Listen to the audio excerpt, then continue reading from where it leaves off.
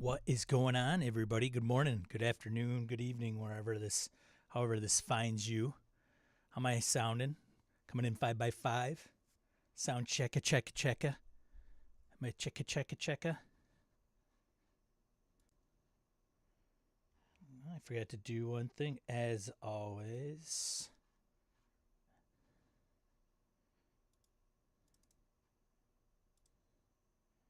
Bear with me.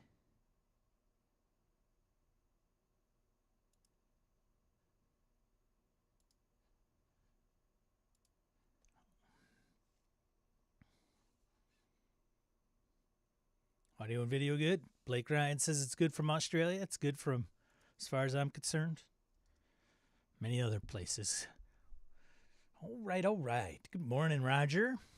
Ryan West. Shambot. Ow! Shambot. Version 42, because 43 and 44 were taken. Jeff, good morning, buddy. Hey, rise and shine, sleepy face. Good to see you. Tad, Leckman, Wayne, good to see you. Ryan, Jim, hey, Jim, morning. Maddie Q, Chris, good turnout already. Laramie, Jason. All right. Little cold in Buffalo. Well, you know. What is a little cold in Buffalo? In November, late November. Morning, Gabe. Morning. Should probably I crisis averted. I was like, I don't have any vanilla Coke, and I didn't make a vanilla Coke run. I was like doomed. Check the hours for my local source. They don't open till 8 o'clock. That's going to be a problem. I just checked the wrong fridge. There was one lone vanilla Coke sitting there waiting for me. I thought to myself, the universe is looking out for you today. 15. Smash that like button. Thanks, Jason. If you think you will like this stream, please hit the like button. If you do not think, hit the dislike button. And if you're really unsure, you can always change it later.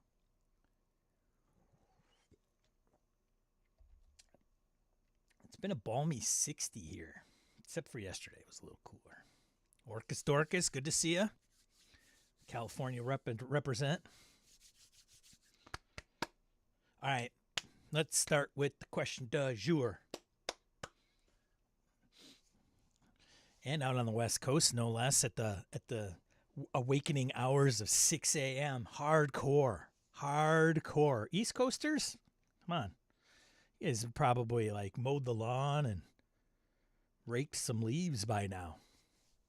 Michael Holland, good to see you. Yeah, that's okay. This show doesn't have a lot of video elements necessarily. You could probably just put your headphones on and do the dishes or whatever it is you do in the morning on Saturday when this is being recorded, 8 a.m. Central Time every Saturday here on the YouTubes. Dedication to those West Coasters, right? No kidding. Maddie Q, sleety and cold here in the Massachusetts, New Hampshire. Oh, New Hampshire, and I go down on a 9 to 5. I can't get there from here. I like New Hampshire. Morning, Mr. White. Hey, good to see you. Look at that. It's like, and you guys are so on time. Like, prompt. Like, it's almost as if you've been alerted. And the alarm went up. Who's? The Pacific Northwest. The guy's like, I suppose I'll get up and listen to this frickin' guy spew RPG vitriol all morning. Good to see you, man. Hardcore, man. Deep respect. It's even being recorded and they want to get on live. That's what I'm talking about. I have kids, so my internal clock is set to 5 a.m. Fair. Shambit, it's starting to get cool here in the Midwest part of Wisconsin. Indeed. Going above the north, you're going like up in the pine curtain, as we refer to anything north of Madison. All right. I thought there's a couple articles today that I'll probably touch on, but I figured we'll throw this one out there. What are the top, in your opinion, top 3 science fiction RPGs? Top 3, like you would recommend. No wrong answers. Don't have to justify it if you don't want to. Top, if you don't know 3, top 2. If you don't know 2, top 1. Excuse me, I'll leave an out for anybody. Science fiction. Cyberpunk, Laramie says. Based on what? Yeah, based on what Jeff says. Well, I don't know. Say you were to say, if somebody said, hey, I've never played a science fiction RPG, which 2 or 3 should I check out? And if you have a justification for your top 1, maybe it's top 1. Maybe it's easier that way. If you have like a top 1, like, dude, if you're to play science fiction RPG, this is the one to play. And then say why. Like, easy rules. It's like been around a long I'm hinting at a few. It's been around a long time. The mechanics are easy. It's based off of an IP that everybody enjoys. Hoos is out of the gates. Says classic Traveler, Blade Runner, Coriolis. I see a theme there. Hoos is camp free league now. I appreciate that. I want to pick your brain about Coriolis. I actually have some of those books and I want to explore it. I've been considering running it for the BSRCon. I don't know. I know you got that going for long term. Tad Lackman says Alien, Traveler, FFG, Star Wars. Boy, that is a rainbow of science fiction there. Alien, based off a Year Zero engine, D6s, stress mechanic. Traveler, going back to the 80s, I would imagine. Traveler, original. Black books, simple mechanics, life path where you can die in character generation. And then Fantasy Flight Game Star Wars with the narrative dice. Kind of all over the place on the mechanics of those. Flint Fire Forge says, my nostalgic pick is Star Frontier, currently running Esper Genesis 5e. Ooh. Laramie Wall says, I'm going to honestly go Cyberpunk 2020. Easy rules, fun setting, and alien because it nails stress. Ryan West, D6 Star Wars, Firefly Cortex version, Traveler.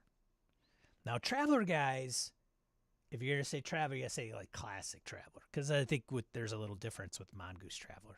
By the way, Jeff, I still have your Mongoose Traveler in case you ever wondered where that went. Just so you know. I don't know when I think you gave it to me like 5 years ago when you were going to like launch it. And I'm like, wait a minute, hold on a second. Let me look that over. Chris Sneezak says Star Trek Adventures. It's an easy to understand concept and IP to latch onto. Woof. We are delving into Star Trek Adventures. Yeah. I'm still trying to get my head wrapped around it. I think I'm overcomplicating it in my brain, but that is not hard. Jeff Free says Transhuman Space GURPS 4E. Whoa. Huh? What about that, GURPS lovers? Uh-huh. GURPSy GURPS. Didn't see that one coming, did you? All right, Jeff. Jeff's like, God, I really want to play that with you guys. Shambot, easy buy-in for players is the WEG Star Wars, Coriolis, and the Void. All right. Jim says, I liked Mothership and Traveler. Mothership's good. Even Jeff has played Mothership. He I think he enjoyed it. Chris says, I want to say Star Wars, but I don't really think of Star Wars as being sci-fi. It's a little space opera, but you know. Matty Q says, old school Cyberpunk 2020 Traveler West End Star Wars. Currently, Alien, Death in Space, and Last Parsec. Like to see Last Parsec at Death in Space getting some love. Rob, I'm in a regular Coriolis game right now. The jury is still on what I think of it. Oh, really?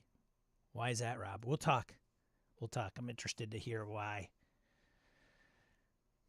Jeff says, love it. Fantasy Flight Games counted that as space opera, though. Fair enough. Jason Weitzel, Far Trek, Starships and Spacemen, Earth Dawn, obviously. Obs. Of course, duh. Blake Ryan, not really my genre. Going to say Star Trek Adventures since Jared has run 3+ campaigns and swears by it. Have you played in any of those, Blake? Jared has run a lot of Star Trek. I'd like to pick his brain. Like, dude, I don't know what I'm doing in Star Trek. Wayne Peacock says, if you want the widest coverage of the genre, start without number. Get out of here. That's stars without number. That's what he meant to put in there. Wayne was so frantically typing. Stars without number. That's I've played that. It's good. But it is like across, like you're right, widest coverage, I would say for sure. FFG Star Wars rocks, says Jeff, regardless of it being space opera. Chris says Stars Without Number is probably the best sci-fi game I've played. Whoa, strong words. Best sci-fi game, RPG. Somebody asked you like, hey, I want to run or play a sci-fi RPG. What one or two would you recommend, and maybe why? If there's a reason. Savage Worlds adaptations make any setting cool. That's true. The Last Parsec is, I believe has a Savage Worlds component. Ryan says I like both classic and Mongoose Traveler. Fair. Orcus Dorcas bestows his wisdom upon us. Cyborg, MCC, that's Mutant Crawl Classics. Rogu Trader, or Rouge Trader if you spell it incorrectly, for any other Warhammer 40K RPG. Okay, all right. Oh, Michael Howard's turning up here. Tales from the Loop. Captures the wonders and horrors of sci-fi and that 80s sense of adventure. Dune. It's Dune. Enough said. Traveler, Mongoose type. I've never played Classic. Never played Classic Traveler, huh? Interesting. Oh, now we're starting to get people to like realize they might have misspoke. Ryan says, oh, damn it, I'm replacing Traveler with MCC. Well, I don't know, Ryan. Is that allowed? Judges, is that allowed? The judges say that is allowed. Orbital Blue is... Okay, now we got to limit this now. You can't just be going off on the whole SciFi RPG drive-through catalog. Oh, yeah. And this one, too. What about, what's his name's? Grognardia. James Malashevsky's RPG. I don't know if anybody's played it. I can't remember what the name of it is. I put it out on drive-thru. It was on sale for like $2 or something one time. Orcus Dorcas. It's Star Wars counts. Don't start what is sci-fi debate. No, we don't want to do that. It can be considered space opera, but, it's all dependent upon how, like, come on. I agree. Orcus Dorcas. It's been hard to make hard sci-fi into a rewarding game? ? Hard sci-fi can be a challenge, but I don't think it's impossible. I mean, I don't know. I mean, what is hard sci-fi modeled after? A Space Odyssey?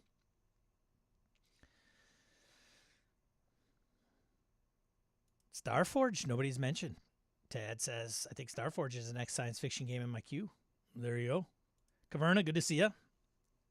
top 1, 2 science fiction RPG that you would recommend to somebody?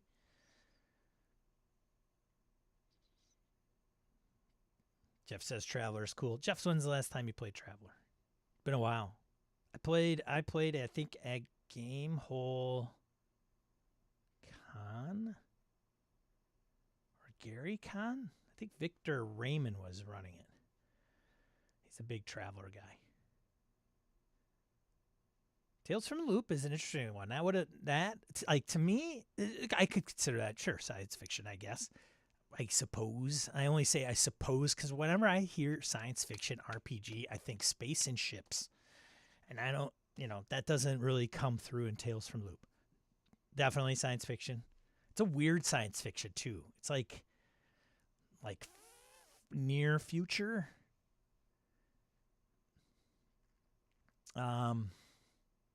Orcus Dorcas says, I like Star Trek, but I house rule and laser swords, Bigfoot, aliens, space, magic, and a rebellion, and house rules out the Federation, the Prime Directive, Klingons, and Vulcans.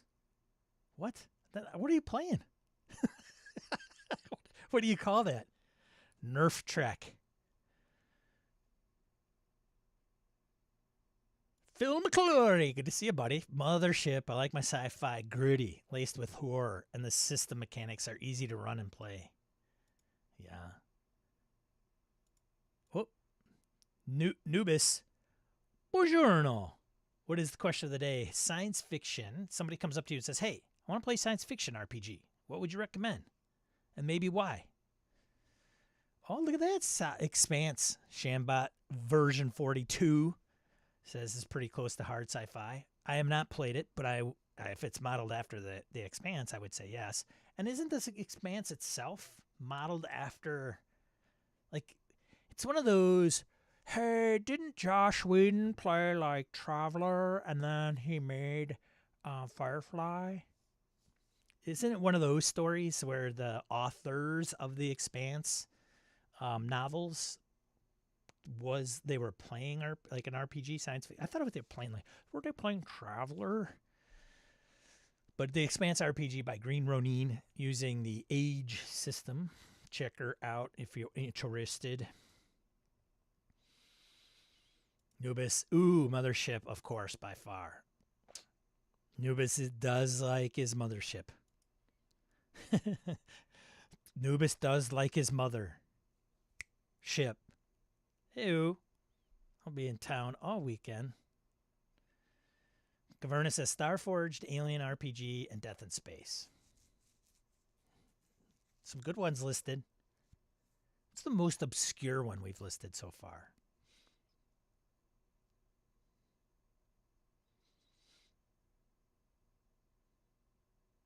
Starfinder, no mention. That's a flex, right? That's true. Nobody's mentioned Starfinder. Chef's referring to my question about when he last played Traveler, when we were building the pyramids. Yeah, indeed, man. Indeed. We just didn't end up in one of those, right?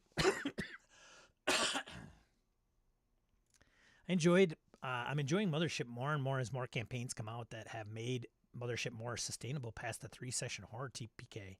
Yeah, Hull Breach is awesome. If you don't have that. As a matter of fact, there was an article I came across that kind of was in one of the news sources that I was curating for the day that said that Hull Breach is like the thing Mothership, people that run or play Mothership need because it fills a pretty big void. Entity is a good option as well.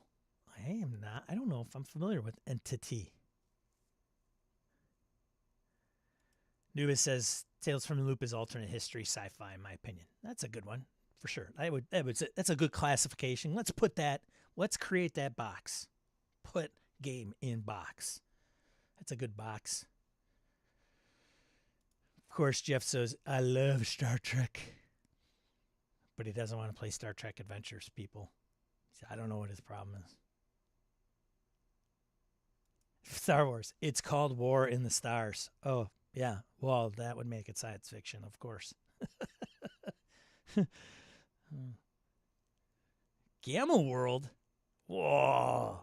The original, Jeff? They did come out with a 4th edition, right? Gabe says, The Expanse was originally conceived as a video game RPG, I believe. Oh, interesting.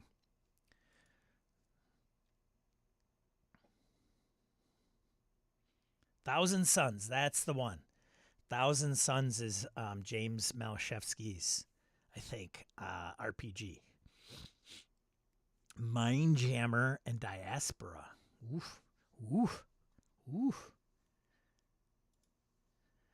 And then Gabe continues, then the novels, then TV. Got it. Okay. Thanks, Gabe.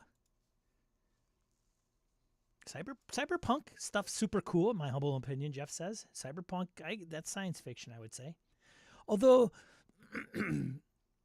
I would also put that in its own bucket, too. Like, I guess it's like cyberpunk is a subgenre, if you will, of science fiction, right? Jim says the authors of The Expanse were going to make an RPG, then pivoted to the novels. Oh, okay. Okay, all right. Getting educated. I'm always about learning. I mean, not every week it has to be me talking out of my butt, right? Caverna, mother sheep. Oh, come on now. Mother sheep. You know, that would be like the Duck Borg, right? Mother sheep. So the people of Merkborg, they didn't make it, but then there was a satirical version called Duckborg. So Mother Sheep could be the satirical version of Mother Ship. I think, boom, right? Kickstarter, $5,000, done. You're welcome, whoever comes up with Mother Sheep. I don't know. Oh, Caverna. Caverna, you are hanging on to that poo episode like nothing else, aren't you? I appreciate you. It'll be our little thing for sure. Mindjammer, yeah. Yeah, Jeff, we like Mothership. It was that one shot, right? One shot. I don't even think we played it more than once, right, Jeff?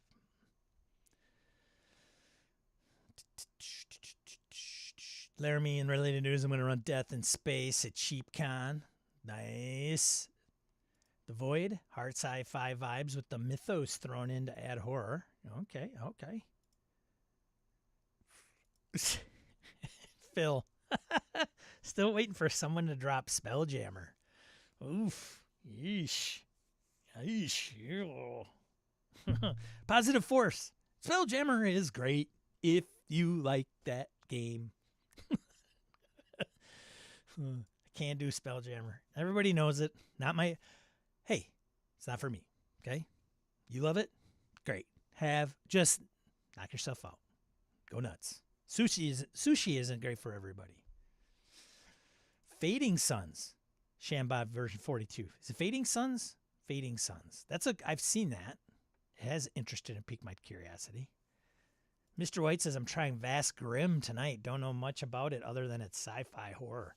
Yeah, Vast Grim is another acid trip derivative of Merkborg. Yeah. I have not played. It does look it's got some very similar aesthetics to Cyborg. Nobody said Shadowrun either. Ah, that's true. Shambad picked up Vast Grim at GHC. Yeah.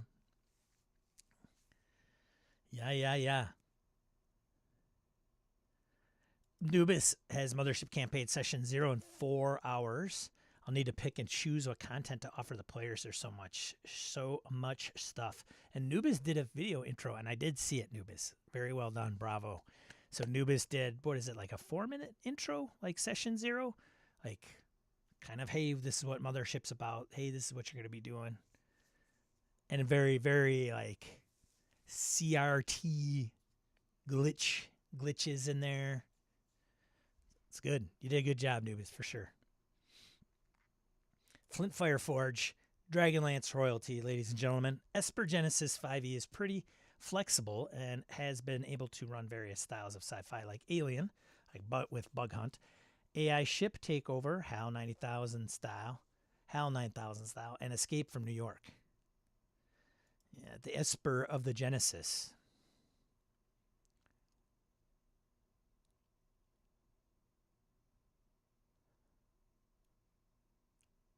In space, no one can hear you poo. The SciFi RPG. Yeah. So just for those of the uninitiated, if you will, the poo references, Winnie the Pooh has entered the common domain, public domain, common or public, but public domain.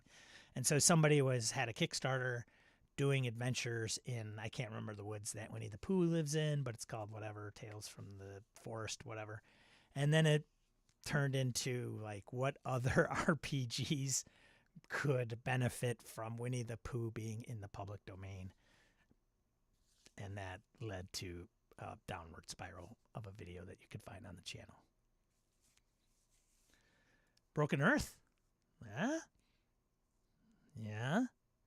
Broken, and that's post-apocalyptic, right, Jeff? I think it is. I think I've had it. I think it was like 4 Savage Worlds. I think I had it, and then I like let it go.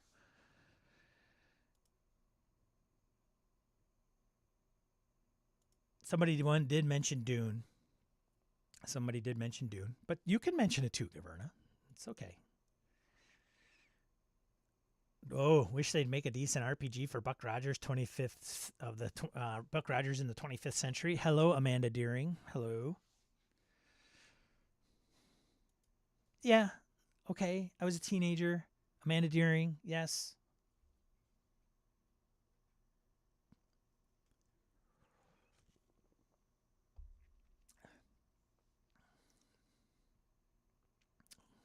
The chat is certainly hopping. Hey, again, for latecomers, if you think you will like the rest of the show, or if you've liked so far, give me a thumbs up, buddy. Give it up for a thumbs up, or thumbs down, whatever. I'm flexible.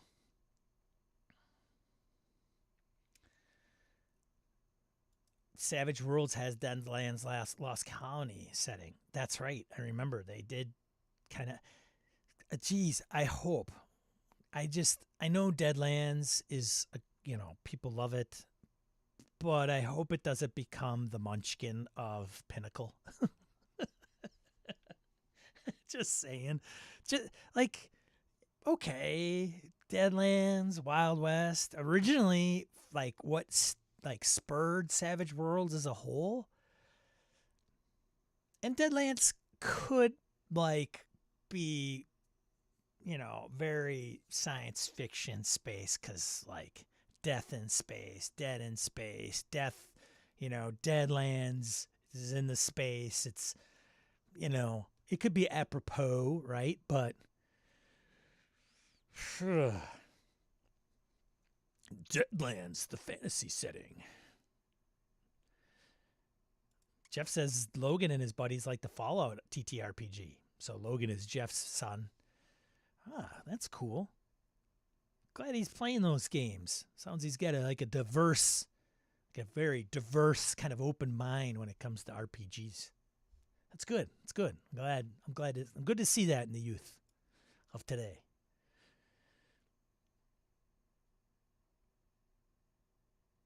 Hundred Acre Woods? Is it 100 Acre Woods, as Jim says, or is it 1,000 Acre Woods like Laramie? I don't know. GURP 4E Prime Directive converted to accurate the original Star Trek RPG? Is that a question? I think it did. You know that. You'd know that, Jeff, right? I think you're telling me. Jeff, I think, has owned all versions of Star Trek RPG. Haven't you, Jeff?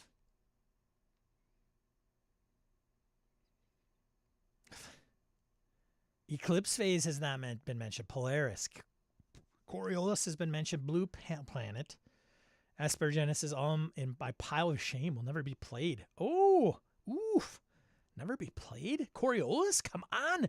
Are you mad? That's by Free League. How can you say it'll never be played? Who are you? Come on, Jason. Help. Come on. Restore my faith in you. Just don't say never. The other ones, I don't know.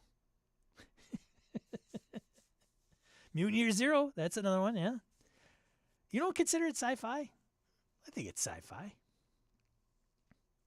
Although there is a space too. Yeah, not sure it fits. Buck Rogers, touchy subject. Come on. Is it anymore? Is it? I mean, come on. Isn't that like, hey, it's past the spoiler date? Gamers. Oh, Buck Rogers, stop. Lorraine. If you guys don't know, the reference Michael's making is the Lorraine, what is her name? Last name? Jesus, you guys will correct me. Who was brought in as a shareholder investor into TSR and ultimately got rid of Gary. She comes from owning the Buck Rogers IP, just in case you didn't know. Numenera. Does Numenera count? Well, I think it would count. I don't think Numenera is like fantasy. Like, I don't think, I mean, it is science fiction fantasy, I suppose, but it could count, sure. It does take place billions of years in the future. And much of it is, I would say science fiction-y. Like, legitimately the Munchkin of Pinnacle, right? I'm not off the mark here. Like, Shane, dude, seriously. It's okay to have other pieces of your property called other things. Like, not everything has to be Deadlands. Although he may say, well, if it has Deadlands on it, it sells. And if I just put out science fiction setting here, it might not click with everybody that's in our fan base. I mean, that's probably why Munchkin sells, right? Oh, Munchkin. Munchkin, go to the Munchkin grocery store. I got to buy that set. Space opera. Oh, what was Jeff, you had that one. What is it? What was it? Was it called Space Opera? I'd recommend Hyperspace D6 to the old FFG D6. I have that. Wayne's recommends wisely. I have that Hyperspace D6. Very streamlined for sure. It's like, I don't know if it's even 20 pages. But I think isn't it Space Opera? I don't think anybody played that game. It had a cool cover, though. Oh, Kevin Salthart ran Hyperspace D6? That's fantastic. Doc and those guys have played Eclipse Phase. I have not. Eric Frankhouse of the Frankhouses. Good to see you, buddy. Eclipse Phase is fantastic. So is Mutant Year Zero. I just didn't want to play like a character that had the body of a spider but the mind of a person. Like, I just, too far, transhuman space. Oof. Lorraine Williams, thanks, Michael. Lorraine Williams was the name who took over TSR. ICRPG Warp Shell. Shout out, Ty. What's up, Ty? Morning to you. Morning. Morning, Ty. Sleepy face, Ty. I gotta get my coffee. So the question of the day, you guys probably have figured it out, is what science fiction RPG, if somebody's like, hey, I want to play a science fiction RPG, what would you recommend? And then maybe why. But we've just started going into like listing all of the science fiction RPGs that are out there. UVG. Nubis, I'm dying to try UVG. Ultraviolet Gaslands. No. Grasslands. I always screwed up. And Vaults of Vern. But that's definitely sci-fi fantasy, which I separate from sci-fi. It's got its own tropes and themes. Morning, Harrigan. Oh, yeah. Hey, morning, buddy. Morning. William, morning. Hit the like button. Got to hit record likes on this just from the amount of people in the chat this morning. Thanks, guys. We'll be here all day. I'm just reading your messages. Oh, Black Star. Only space opera for me? Like Black Star. Ooh, there's one that has not been mentioned, Ty. Well, thanks for contributing, buddy.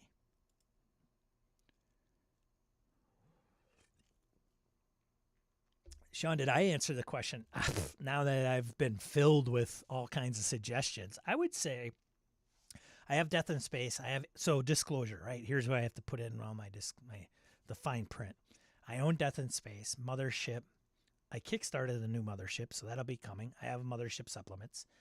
I have Alien. I have Star Wars. I have Star Trek Adventures. I think, did I keep the last Parsec? I'd have to double check. I might have given it up. That was for Savage Worlds. It was on a Kickstarter that I got ages ago. I think that may be the extent of what I would consider science fiction in my library. I mean, I do have a Mutineer Zero book. And I do have Coriolis.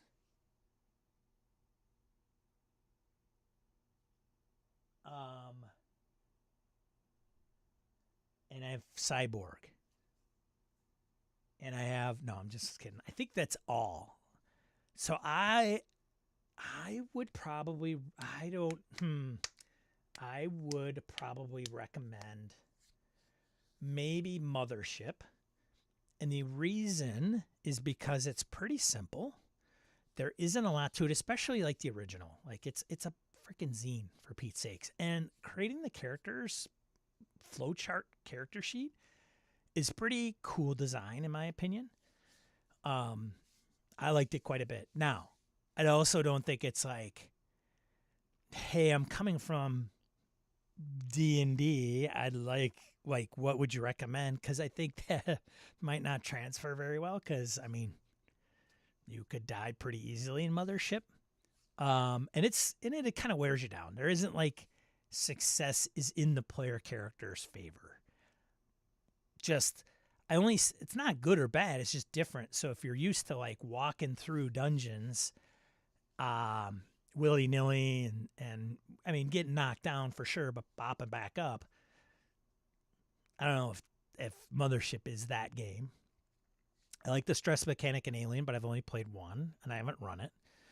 And then of course, Star Wars. I mean, dudes, come on. I like Star Trek 2, Star Trek Adventures, trying to get my head wrapped around. I would not recommend Star Trek Adventures to folks that are just going from one to the other. Unless they really like some of the things that it offers. And they really grok, they don't have to really grok Star Wars or Star Trek, but, you know, I keep hitting my nose on my mic. Sean, how's your captain's log going? That is a good question. I have not touched it since I last streamed. So I will say this. Having said that, if you want to see captain's log in action, Gabe Dibbing, he's in the chat. He's got like his own thread on our Discord, like walking through all of his stuff. So if you really want to see it in action, he's like, this is what I'm doing, narrating it out, talking about the mechanics and the tables he's rolling on and the skills that he's using to accomplish what he's doing. Like, it's top notch. Bravo to Gabe. So if you're interested in seeing it, it's all in text, obviously. He's not doing like a video or audio to it, but definitely cool venture. Like, here's Gabe Dibbing, and it's a thread. So if you don't see it, I think it's under gaming, like the general gaming topic, I think. So you have to, the problem with threads on Discord is you got to like have them, you have to go in and then look at threads, because if you don't have them automatically pop up, you're never going to see them. Uh-oh, what? Coriolis 2nd edition is very likely coming in 24? Ooh, there is a lot of Coriolis.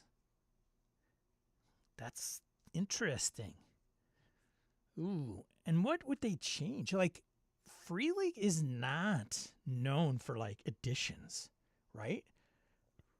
I'm trying to think, have they done editions at all since I've known them personally, or they've come to my attention? Right? They don't do a lot of like, hey, we released the book, now we're going to do a 2nd edition. They've done 5th edition ports, right? Symbaroum, Lord of the Rings, or the One Ring, the One Ring. But I don't know if they've ever done a second edition of any of the games that they have in their library. But they're also not like 30 years old. sure how I feel about that. And besides, like, it's a pretty decent game. If it's Year Zero engine, like, and it's like one of their first properties, right? It's the name of the company, Free League, is based off of one of the factions in Coriolis. There you go, a little hot tip for you non-Free League heretics out there. Or heretics, not the word. Non-believers. I guess anyways, Sean and his vocabulary. All right, let's get into something, shall we? Coriolis Reloaded.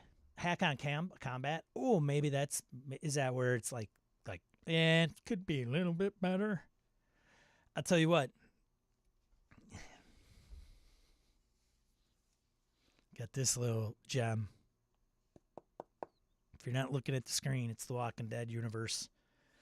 This thing is, I gotta say, the rule book is not like 6,000 pages, which I can appreciate.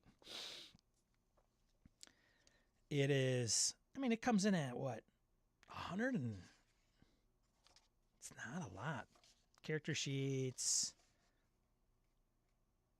184, 164. Hold on a second, my phone's ringing, which probably is no good.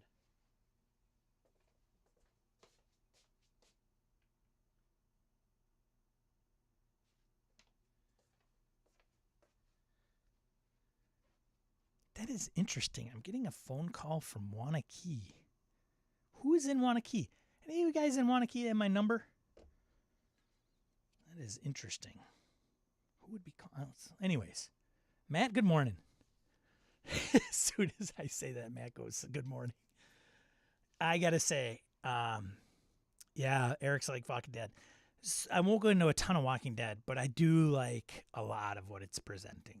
And it's not a lot of complications or pieces like that. And there's some decent highlights. The only Wanakee in the world. Yep, that's indeed. So I do like it. I think it'd be easy to teach people. Yeah, I like the premise. And I like the series. I'm not like a diehard comic book guy, but I like the television series until it got a little weird. And dry in some seasons. So, but I'm digging it. I'm digging it. Some of the things I'll highlight as a game master when you run it, you have the party, and there's 5 NPCs. So there's a group. So you have the party playing the player characters, and then there's 5 additional NPCs that the game master plays. And of course, their set of skills, they're not like full PC stat blocks, right? You have an anchor kind of person that helps you, or bond, if you will. I can't remember some of the terminology. That's awesome. Nice unboxing. Thanks. There's an unboxing video, but there's no, like, it's just, I don't talk to it. It's just, if you want to check it out, it's like 4 minutes. There's a haven. There is a countdown clock. The push mechanic's pretty cool. So the countdown clock can be ticked down.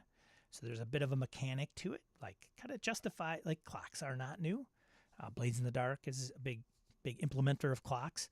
So there's a component of clocks in it, I guess, countdown timer.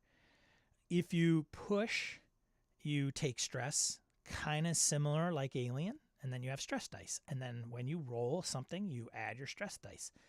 If you come up with a 1 on your stress dice, you screw up. Like, I think it's literally called screw up. And when you screw up, it could be anything. It could be you make too much noise, you gain the attention of walkers, you run out of ammo, right? And then there's always issues. So everybody has issues that you have as a player character, and if those come into play, there's mechanics that are behind them. I'm kind of high glossing over this at a like 100-foot view, but still half asleep. If Sean will be put back, will put me back to sleep. Okay, great. Anyways, I like it. Conflict mechanic. If it's head-to-head conflict, shoot, there's 2 types of conflict. Shoot.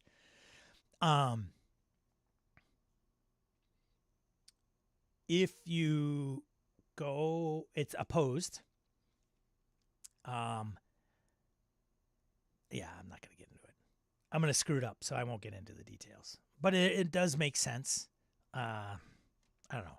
So we'll see. Got another one. This is pretty cool. This is from Philip Reed, his games, Hex Decks. If you are running hex crawls, I think it's pretty cool. It's, I think, 52 cards. Double-sided. And I happen to get the print version, obviously. I also have the PDF. But, come on.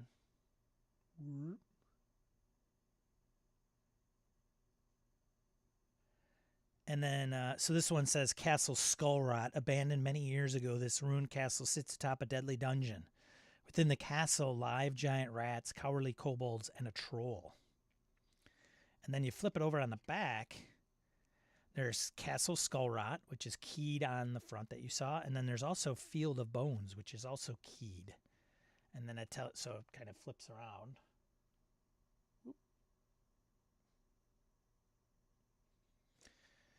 And then it has random forest encounters. So that's just one card.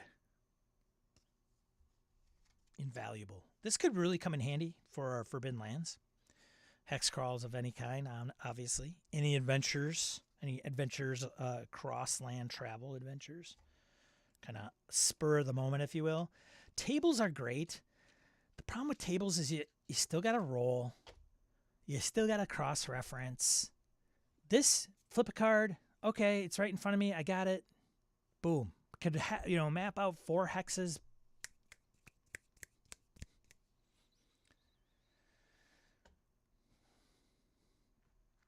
All right. And then lastly, show and tell today, right? I did pick up the Dare. If you guys don't know about the Dare, I think I mentioned this before, right? It's a Call of Cthulhu game supplement to Call of Cthulhu, an homage like to Charles Schultz on the front and Ghostbusters and I think Back to the Future. This is back from, when was this originally come out? It was originally printed, so it's been updated to the 2020 version. The original was 1981, I think. No, that's the copyright for Call of Cthulhu. When was this? It's from the 80s, I think. Shoot, doesn't say the original copyright in here. What? Anyways, it's supposedly one of 1982.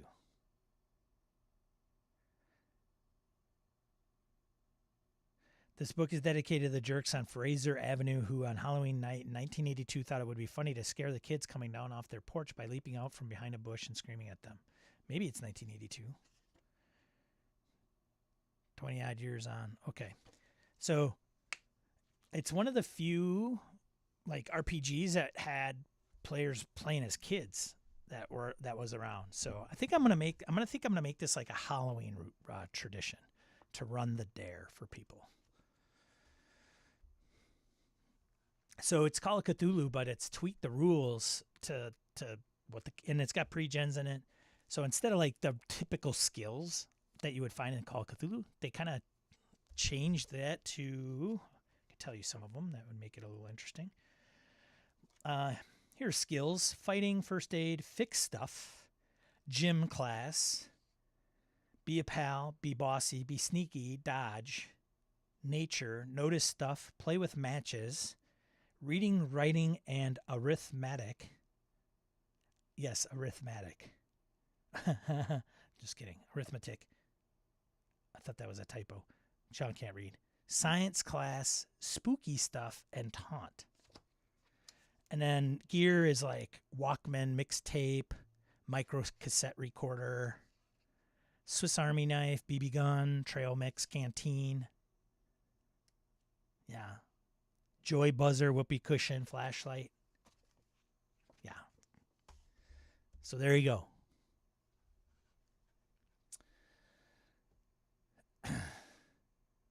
All right, all right, all right. Let's get into some stuff. Holy cow. I showed up and all this guy talked about was his cat. Lame. Mud Skipper, you're out there somewhere. Is there separate or do you need other books? You do have to have the Call of Cthulhu rules, I believe. I do believe. It is not all-inclusive. I mean, you could probably run it without the rule book because it's percentile-based, honestly. I don't know if it actually says on here.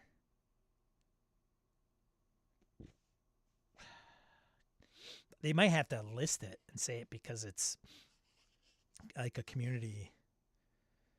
They do have the Chaosium logo on it. But I don't know if it's part of the community license. And it does say Call of Cthulhu 7th edition, updating assistance and advice. So it's updated for 7th edition.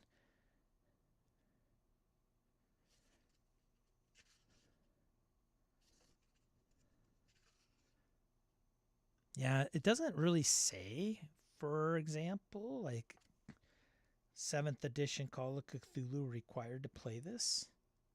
But I think, so it is an adventure. So if you're looking to learn 7th edition and understand that, yeah, and modified rule set for the kids, yeah.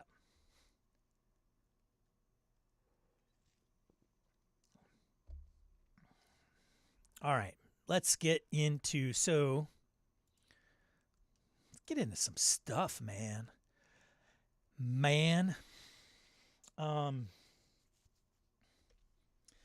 So the reason I bring up the sci-fi thing is because World Anvil had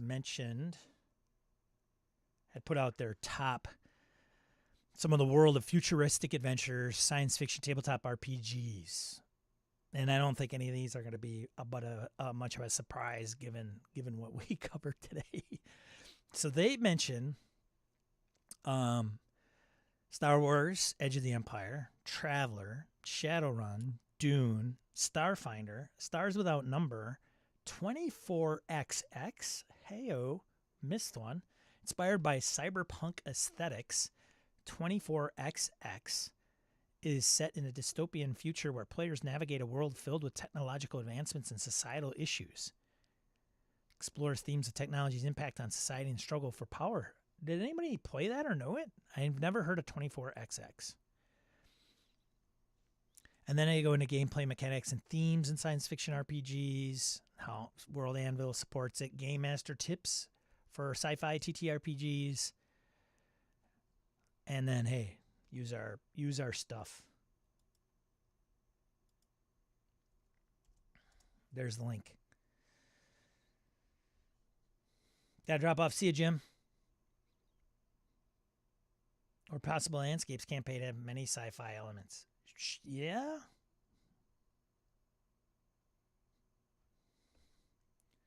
Roger says, know it, haven't played it.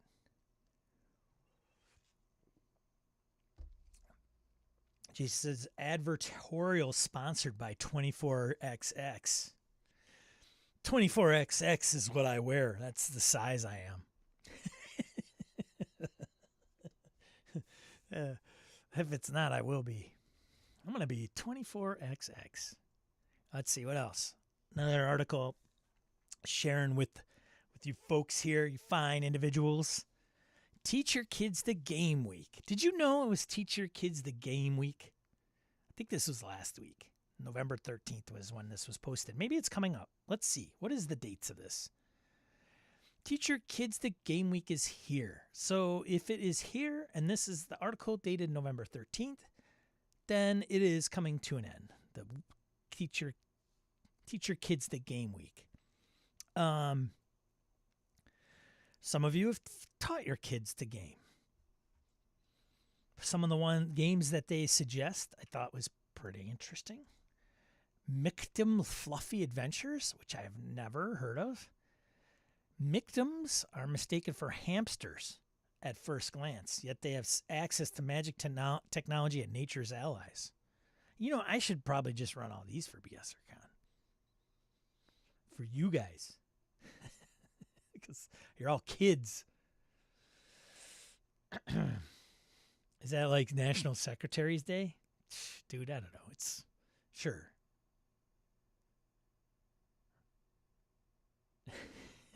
For our family is a card-based storytelling game for ages 13 plus, designed to explore questions of identity and belonging to fictional, safe context through conversation. There you go.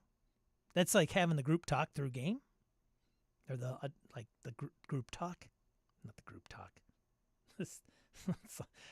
It's like you can create a game for kids that talk about, like, you know, that maybe awkward conversation. That's not the same. I understand that, but you know what I'm saying.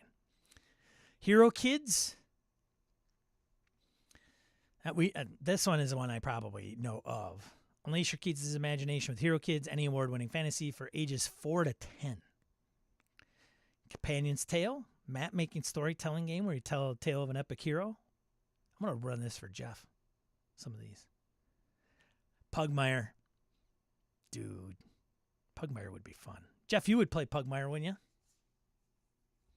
Jeff's a dog lover. He's got to play Pugmire. Pugmire is a world that juxtaposes the tropes of high fantasy with our relationship with domestic dogs. The main characters are pioneers who explore lost ruins in search of relics, knowledge, and danger. Then there's Fetch Quest, which is a family-friendly cooperative deck-building game. Ages 12 and up. Starport, like, I gotta say, I haven't heard of most of these.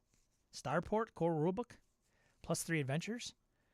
Starport's a tabletop role-playing game of adventure and imagination designed to facilitate growth in problem-solving, creativity, teamwork, critical thinking, reading, writing, oral communication, mathematics, and self-esteem. That's like covers almost every RPG out there. But for kids, come on, guys. Oh, there's no references to any shooting, hitting, slashing, or fighting enemies.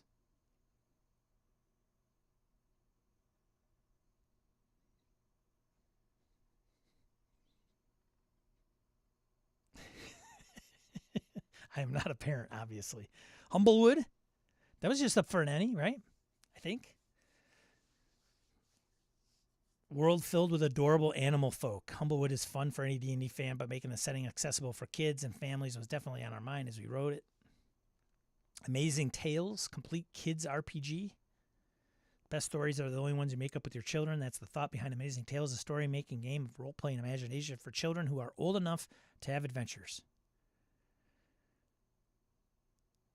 Pip System, Aloy La Santa. We had Aloy on Gaming NBS. Also a rock and roll star. He had a Kickstarter for a music album he was putting out. Pip System D6. Check that out. Can use it in different multiple genre. Little Heroes Deluxe, which I've not heard of. Storytelling game designed for families and young children. Its mechanics are designed to be simple while encouraging creativity among the players. It's a lot like telling a bedtime story, but with a lot more interaction. Yeah, I think I'm going to put these on the grid for BS or Con. And then it'll have like mature content, yes, 18 or older. For you not attending, that's like what's in place. Love kids. Would love to have them at the con. Can't control some things, so got it for the safety of the children's. All right, there you go. I don't know if any of you have run any of those games for kids, but if you have, I think Delta Green is a fine game for children. So there, you know,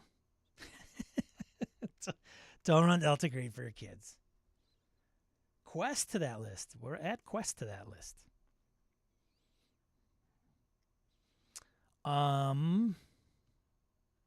Let's see. News Digest. Not a lot of going on. News. Or Do from Fate. Or Do from Fate. Or was it Doe, I think, is another one? Gosh. I don't know if it's a kid's game, Doe. It's very greatly, coolly illustrated, and it has been around for a while. Doe and the Flying something. I can't remember what it's called. And the author's name escapes me, and I've met him before, and I apologize. So let's see. News. Deck of many things. Having some problems over at WotC. Couldn't the the company that prints Magic the Gathering had a hard time printing the deck of many things for D&D. I don't write this stuff, folks. But whatever. It's coming. So if you're a deck of many things person, there's I think a book and the deck, right? Let's see. Pathfinder. Who got in on these? Huh? They ripped out all those crazy references to the OGL. So now it's GM Core and Player Core. Second edition. I don't run Delta Green for kids. I was about to run God's Teeth for mine. Well, you know, Phil, it's kind of like throwing kids into the deep end of life. And you know what? I call it tough love. Eric says, I did, but man, not happy about Errata Day one on a book that was Errata. They put out an Errata Day 1. Wow. Oops. There it is. Fraser Ronald. What? What's he doing here? Dang. Accidental Rob probably dragged him in here. What's up, Fraser? Good to see you, man. Fraser Ronald from let me get this straight. Swords Edge Publishing? Right? Am I right, Fraser? Doe Pilgrims of the Flying Temple. That's it. There you go. That's right. That's right. Good to see you, man. So Fraser and Accidental Rob from Accidental Survivors. We just need Chris on here, and we got the whole cast. And Fraser does put out some RPG products. So we'll do some promoting.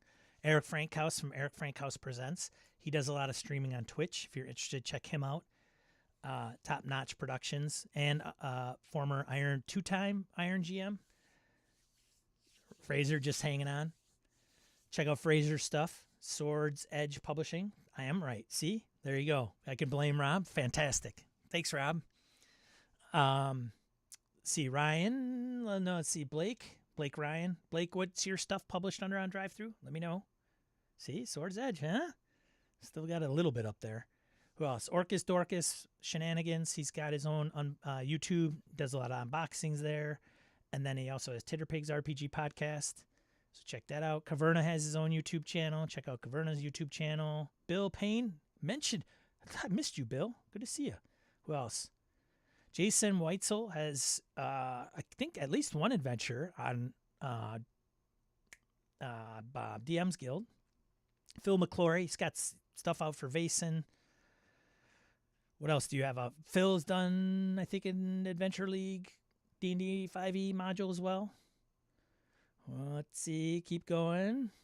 Who else did I not make sure? Gabe Dibbing is in the chat. He's got Analytic Dice podcast with his co-host Kevin. Let's see. Who am I missing? You guys speak up. This is time to like, hey, I got this thing going on. You got to tell people. It's okay. I'm asking, so you can tell. You don't have to like feel shame or no shame or whatever. Anybody else who's published or put something out? Wayne Peacock, Kismet, right? Kismet, Kismet Games on Drive-Thru. Some old school stuff. What else? Who else? Chris Sneezak, Encoded Designs and Misdirected Mark. Who else? I'm paging up to make sure I don't miss anybody. I think that's, is that all?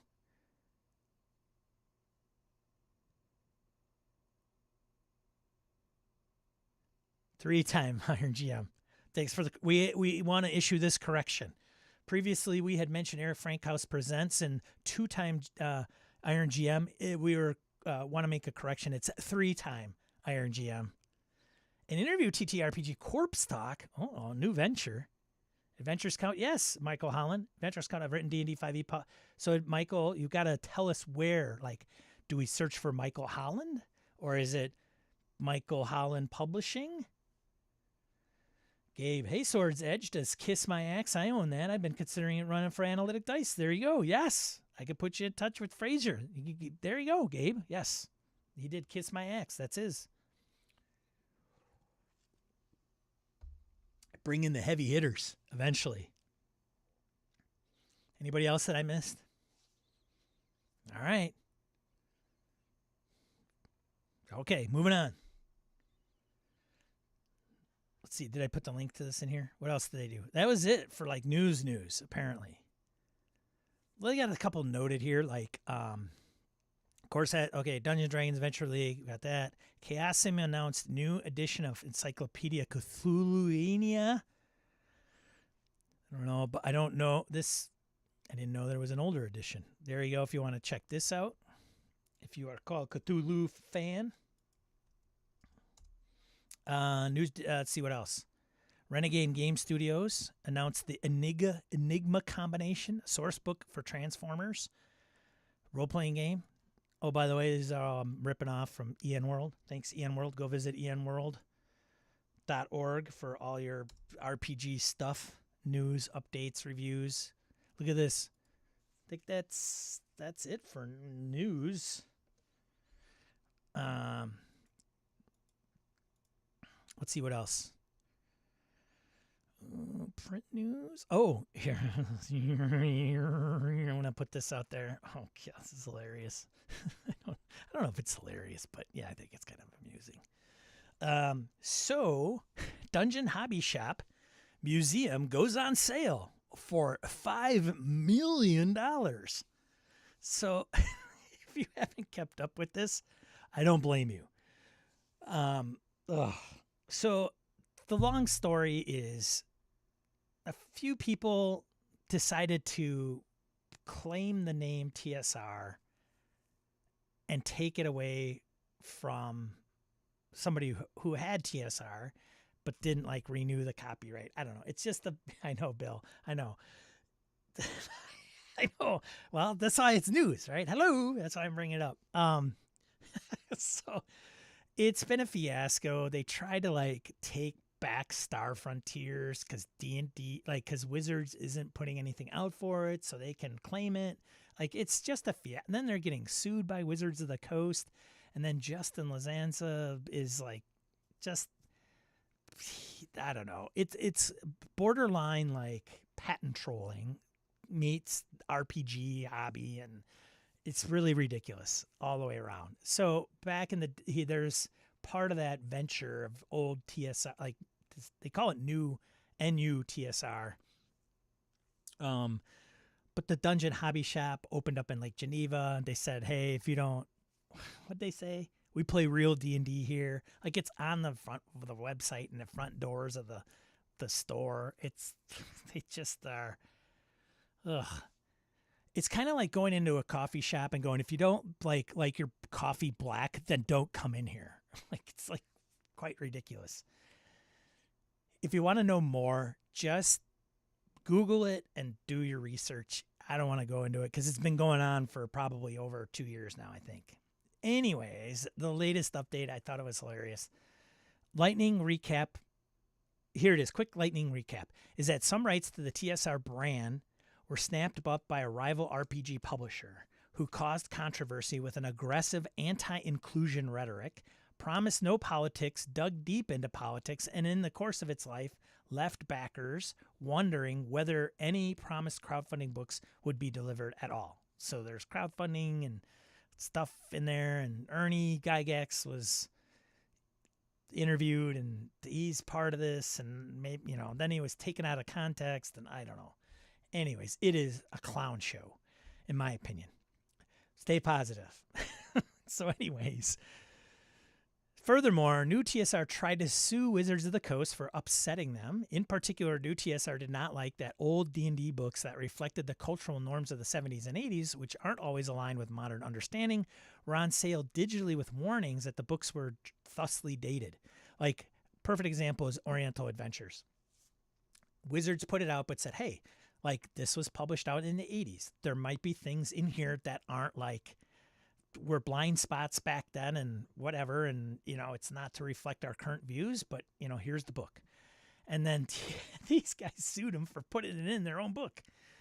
Anyways, they argued that their New TSR brand was being tarnished because of that. Whatever. So anyways, then they filed bankruptcy.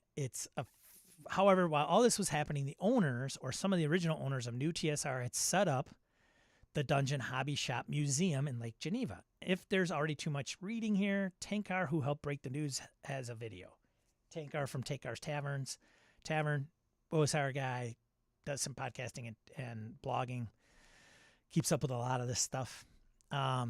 So anyways, the Dungeon Hobby Shop Museum was either set up as a tribute to Gary Gygax and D&D, or, as some suggest, a nostalgia-fueled and hard-nosed commercial enterprise. Zillow shows the property has an estimated value of $298,000, and the AT Properties auction site lists the $5 million asking price. That's 2,800% markup. It's so, oh man. Just when you thought it couldn't get any, hey, what's up, Chuck? Just when you thought it couldn't get any crazier. So it's unclear how trying to raise $5 million on a property worth $300,000 plus an unknown business value might affect New TSR's bankruptcy. Asset inflation is a political issue in the United States, where all this is happening as a former high-profile politician has been found guilty of inflating the value of their property so that larger loans can be secured against them. So even if it is completed, the sale of the Dungeon Hobby Shop Museum is unlikely the last the RPG community will hear from the current owner, who is understandably passionate about gaming and seems intent on being noticed. And then, of course, here is the listing.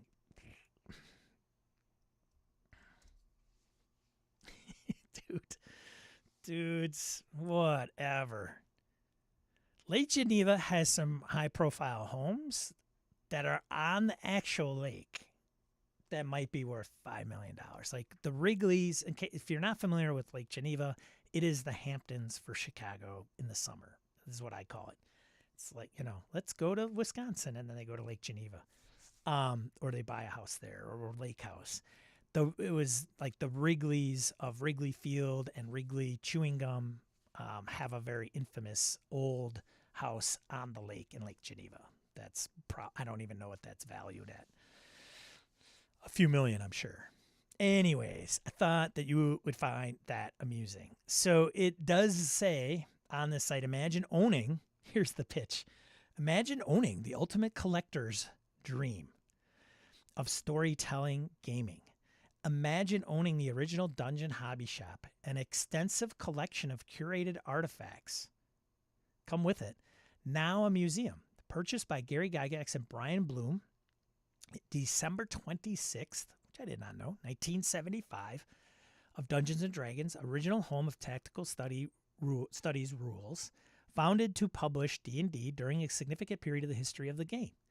The second floor art department was the center of creative energy with some of the most notable illustrators of its era, whose artwork for TSR graced many of the earliest editions. 723 William Street became a hub for early D&D enthusiasts and gamers. It was a place where ideas and creativity flowed, adventures conceived, and friendships formed. Imagine if these walls could talk. For $5 million, they better.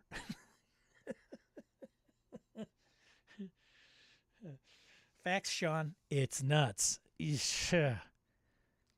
So there you go.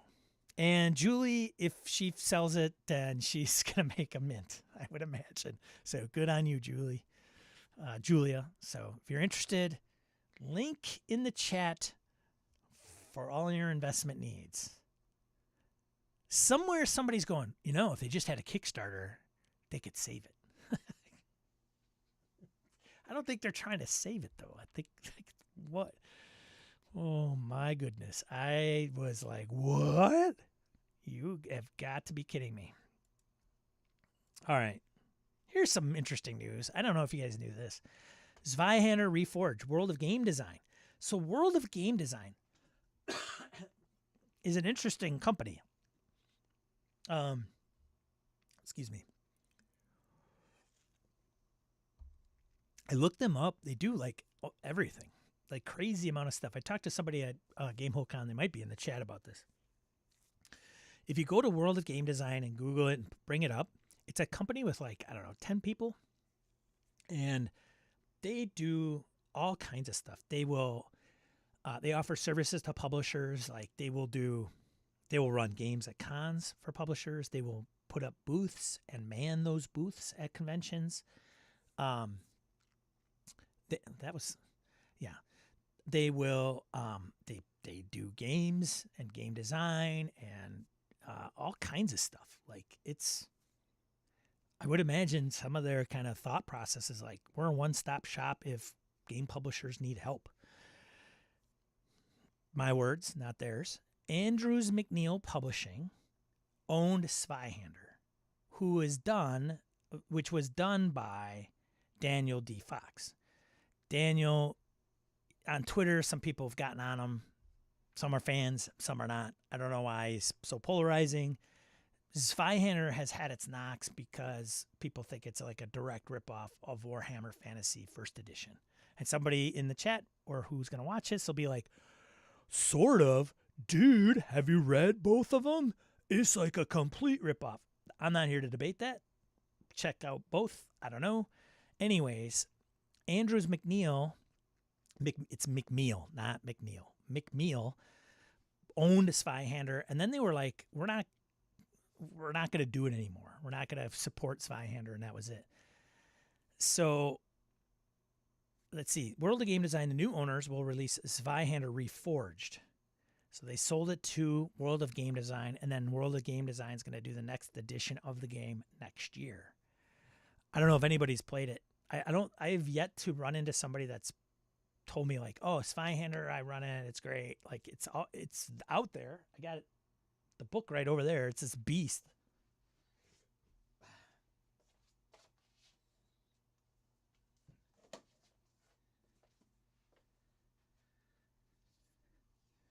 I mean, this thing is no joke. Clocks in at like 666 pages, 669 with the index. Like, yeah. I think I literally bought this thing for like $20-$30. It's probably a $65 book. I've not played it. I've never played Warhammer. It's a gritty beast of a fantasy game. I'd say, remember when people played Palladium instead of Fantasy of D&D? That's this book now. Okay, see. So anyways, now World of Game Design owns it.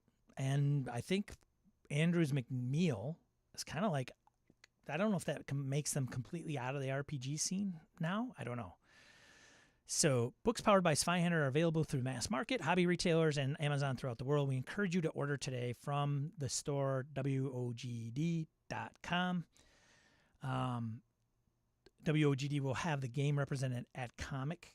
It says at Comic, so it's probably at Comic-Con maybe, RPG and board game convention, Comic, RPG, and board game conventions, and are planning inclusion in the GM League Organized Play Network.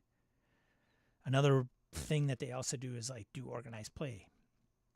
Like, hey, Chaos, we're Chaos and we want our own organized play, but we won't want to do it. World of Game Design does that too. So World of Game Design is a company that helps with Kickstarter consulting. They do that, publishing, convention management, organized play, and logistics.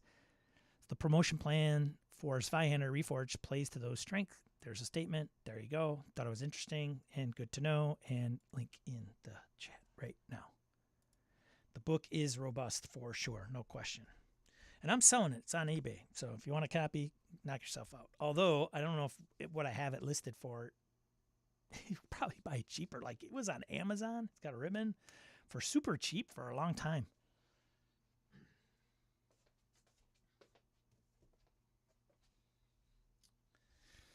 All right. Do. I think we touched on this briefly, but here is like a little bit of an article about the first Pathfinder Remastered RPG books. Now available Sans D&D Influence. So there you go. Some of the details. Significant overhaul to the subterranean elves, formerly known as Drow, was accompanied by a round of errata and compatibility changes documented on the publisher's website. Paizo stresses that existing copies of the book aren't suddenly unusable or out of date. Instead, those classes highly affected by fundamental shifts, such as the cleric and champion being highly dependent on the now defunct alignment system, can use the compatibility guidelines until their respective core books launch in 2024. Replaced concepts are as simple as renaming ability modifiers to attribute or attribute modifier to unify nomenclature. Yeah. 2 first remastered books, Player Core and GM Core, are now available. There you go. Pathfinder 2 Remastered. Sans D&D Influence. Whatever. It's like, it seems a little ridiculous when you put it that way, but, you know, whatever. It's new. Pathfinder. Wow, right. You guys into Neil Gaiman? Neil Gaiman. Neil Gaiman inspired dark fantasy tabletop RPG on the Otter side. Not Otter OTT. Otter ODD. Let's get that straight. This is not a mammal that lives in the water. Swims in the water, okay? This is the otter as in strange. I knew some of you might be, well, I would be confused. Explain it to myself. If you're a tabletop RPG fan and a fan of Neil Gaiman's novel Neverwhere, Pizza Games has a little something for you with their current Kickstarter project. On the Otter side, utilizing the Mark of the Odd system and drawing inspiration from Into the Odd by Chris McDowell. On the Otter side, beckons players to venture into a realm filled with bizarre horrors and Victorian aesthetics. So on the Otter side takes place in the city of Carcosa, though it has many names. I did not know that. Where adventurers either lose their way or daringly cross an invisible boundary, leading them to the shadow side of the city. Also gains inspiration from Bradbury's Something Wicked This Way Comes and Lewis Carroll's Alice in Wonderland. Campaign is funded and ends December 5th, folks. Book of the Flesh. This is a good article fleshing it all out. I will put a link to the article. Yeah, so who put it out there? I've got, what? Did not know this. Yeah, Orcus. So it's not Neverwhere RPG? Apparently not, dude. I don't know. So here is, which we could probably get into Kickstarter. Like if I had this planned correctly, I could get into Kickstarter crowdfunding stuff. So 16 days to go. Had a $545 goal. What? And it's up to $4,000. Wow.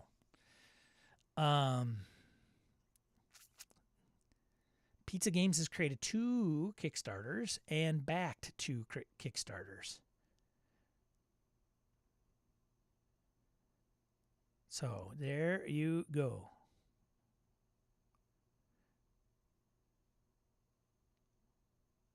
So it looks like Pizza Games is in Europe, by the looks of it. It's in Euro. It looks like in Italy, Italia.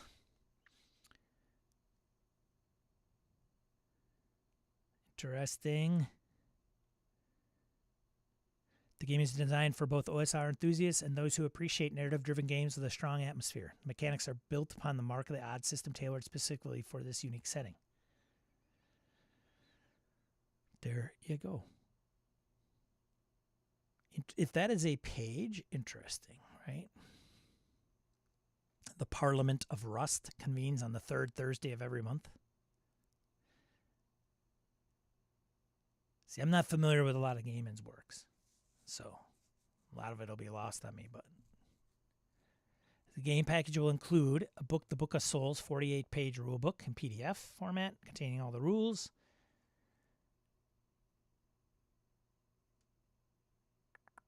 Book of Bones, a 48-page guide in PDF format filled with tips for setting the atmosphere and aiding the GM in crafting a diverse and eerie world. And the Book of Madness, a 48-page book in PDF format with a collection of tables and prompts for quickly generating adventures. And that talks a little bit about Mark of the Odd system. So there you go. Check it out yourself. Is it just PDF? I believe so. Now, just PDF? Could you print it, Jeff? Tell them what they've won, Jeff. Jeff can tell you can have PDFs printed. Stranger PDF.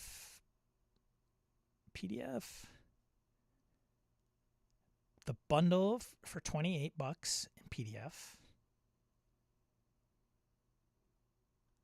55 will create a legend inspired by you that will appear in the Book of Bones.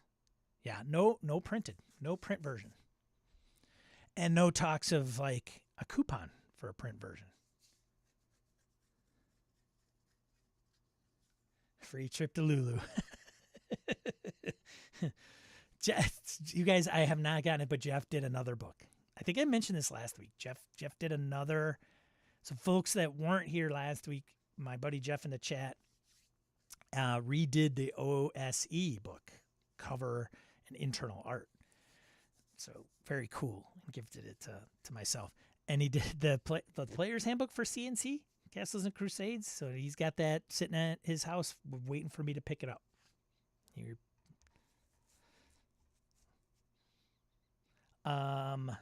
So let's get into, I put a Kickstarter projects. I think I did. Okay, let's, one thing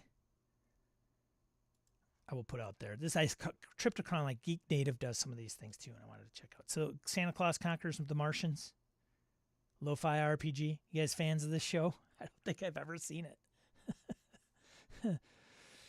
Summer of 64. I did not know this. I think I've heard of this, but I don't think I've ever seen it. So in the summer of 64, a small, unassuming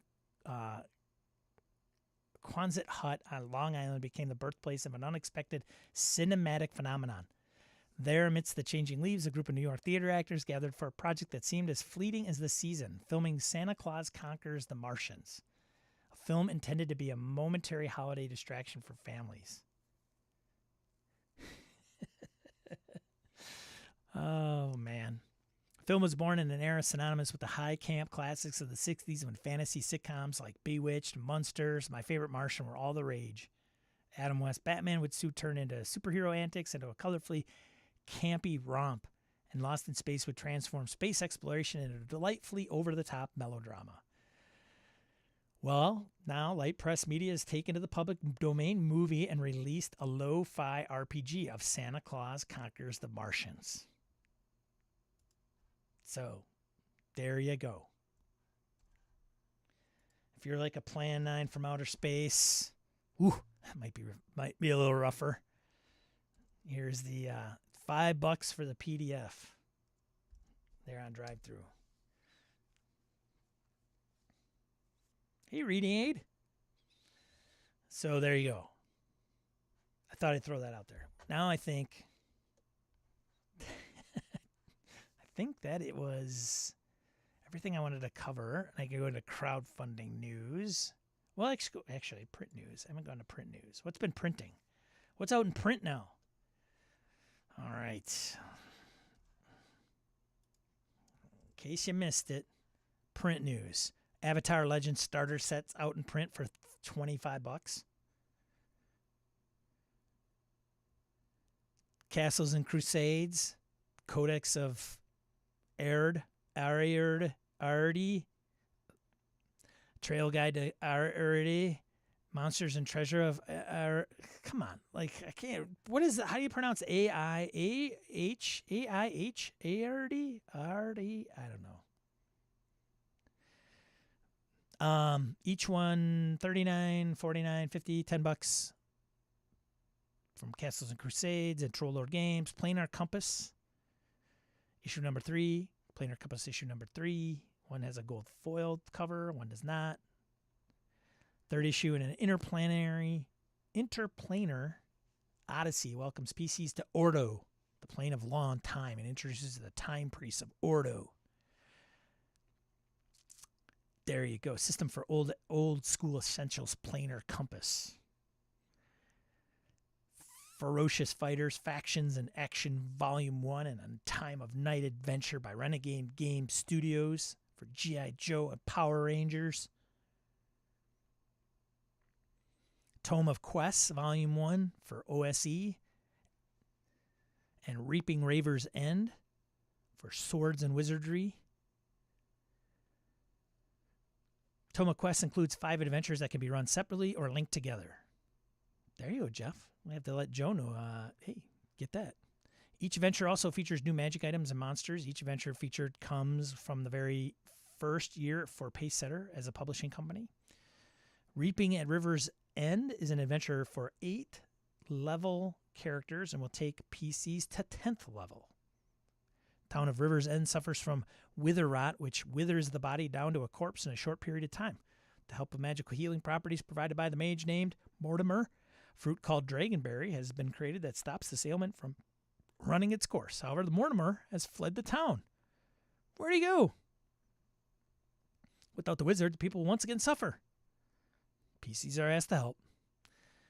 Underland for Swords and Wizardry and Underland for DCC by Skeeter Green Publishing. Check that out. Series of zine-sized adventures in an underground area called Underland. Placed under any ongoing campaign setting. Oh, there's sheep. Rancid Canyons of the Floating Death Sheep by Monkey Blood Designs. Monkey Blood from the Midderlands. Glenn putting it out. I wonder if he knows about Mother Sheep the game. Softcover supplement, $33. Low-level adventure in which PCs travel the village of Yarrowbone, known for its delicious cured and smoked meats. Something is ravaging the livestock populations out in the Badlands, cleaving dismembered and disemboweled sheep. Angry mob of locals tried to hunt whatever is devastating their livestock. Dude, I gotta say, that cover, it's priceless. I mean, what are you gonna do? Rancid Canyons of the Floating Death Sheep. And it's like, what would I put on the cover? Well, it's probably got to have sheep on there.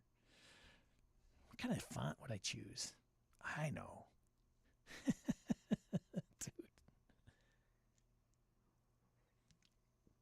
Dude.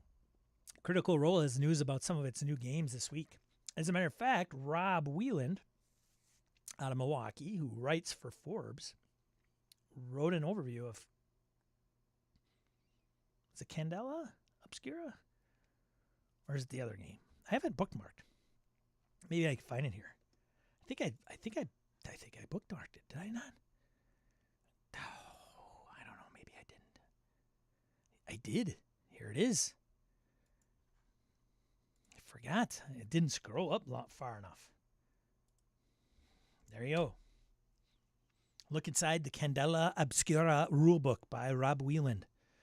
Why, please, Forbes, what is up with that? Jeez. Oh, go away, pop-ups, videos. Why? Because we don't make any money. Nobody pays for our magazine. We'll see.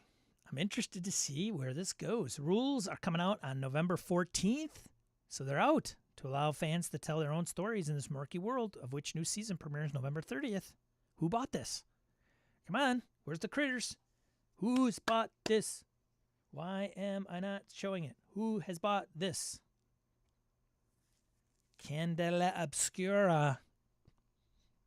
Come on, critter, step up. Darrington Press sent along a review copy for Rob to check out. Game uses the Illuminated Worlds rule set designed by Strass Simovic and Layla Edelman. Setting was co-designed by Spencer Stark and Rowan Hall. It's a fantasy horror role-playing game. Take on the roles of secret society members who have been touched by the horrors of their world.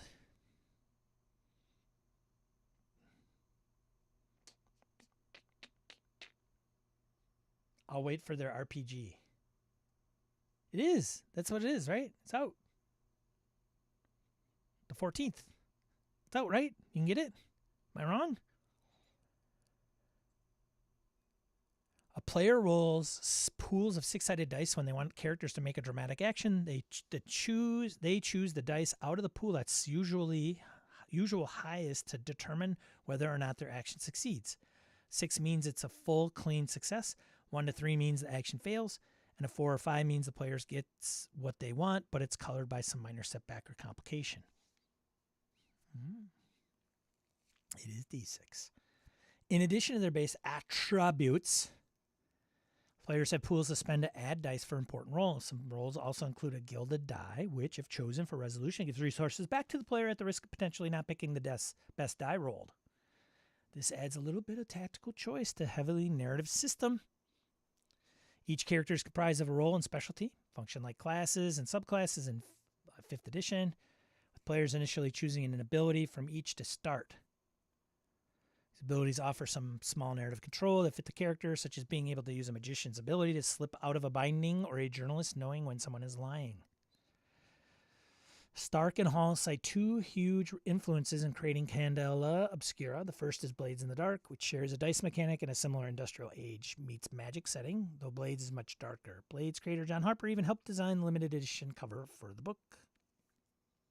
The second main influence is Basin from Free League Publishing. The game features players as members of a secret society investigating mysteries involving fairy beings, ghosts, and other supernatural creatures in turn-of-the-century Europe. I also see some Cortex Plus influence in the game with the gilded dice and potentially losing a weaker outcome for more game resources. Yeah, I mean, it's hard not to have your stuff like influence other games when they're so good. Like Vaesen. Just saying.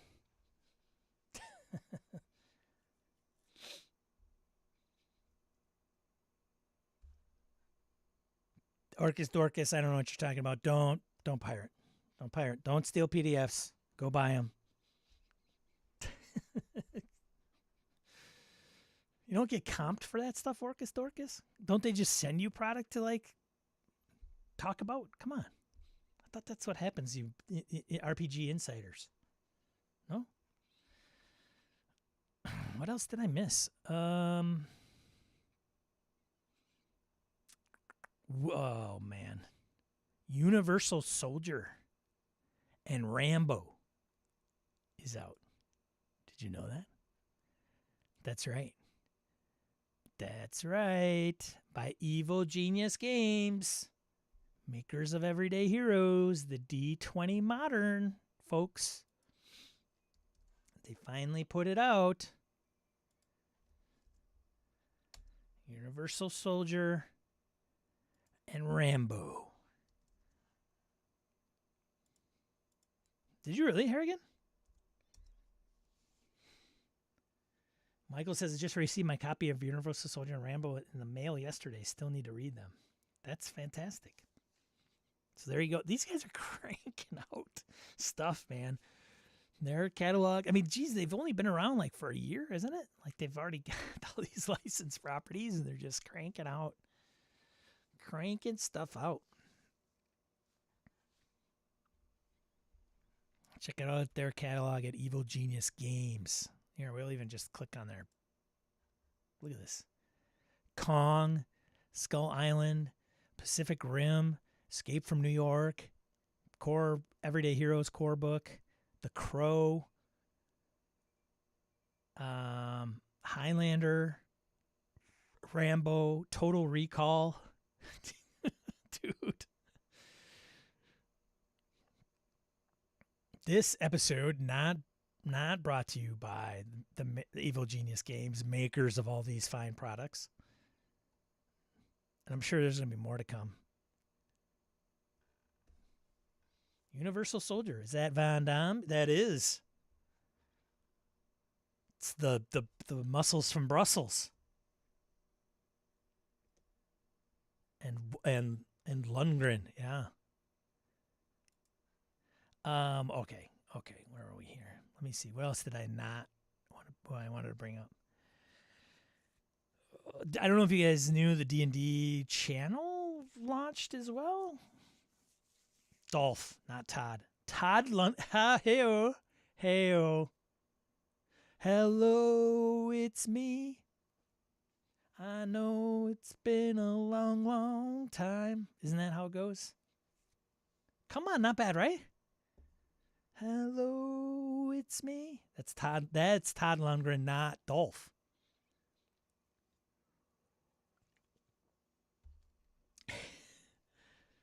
Isn't that Todd Rundgren? Or is it Lundgren? I don't remember. We might have that mixed. Are we messed up, Arrogant?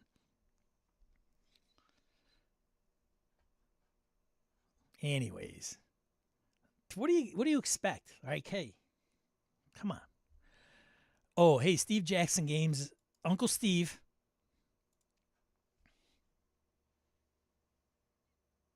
How do you thumbs down on the app? Oh, it's there. Uncle Steve is like, I'm off of X. So, just in case you were not aware, they're not on X, previously known as Twitter, anymore. So, there. Rundgren. Thanks, Bill. Well, I'm no spring chicken either, Bill. But you look great. Just saying. It's Todd Rundgren. It is. You're right. It's not Todd Lundgren. Hello, it's me. I don't even remember anything else that he did. I'm sure there's something else out there. All right, let's get into like crowdfunding. Can we do that? Will you allow me to do that? Do. I'm going to get like DMCA'd because my voice will obviously sound just like Todd Rundgren, and then they'll flag me. So there you go. Here we go. I mean, right?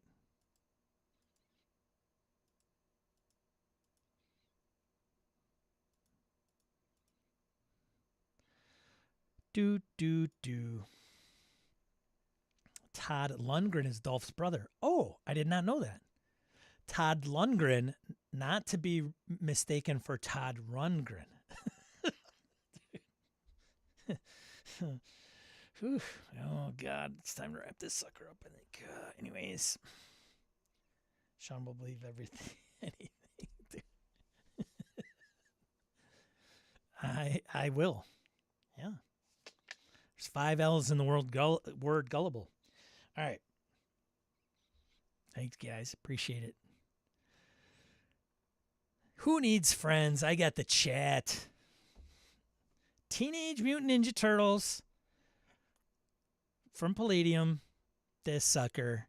Where are we at? $816,000 funded. Got 1 week left. How many of you crazy folks got in on this one? Huh? Dude, it's TMNT, man. It's like the first RPG I ever played. Michael, you were in a lot of Kickstarters.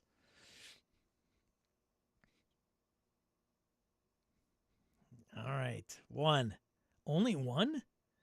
All right. But it's Michael, so that counts. Yeah, I might have a problem. It's okay, man. Hey, you could be spending money on dumber shit. I heard Hakodakin backed it 10 times. Bill's in there. There we go. Next one, Grimtooth.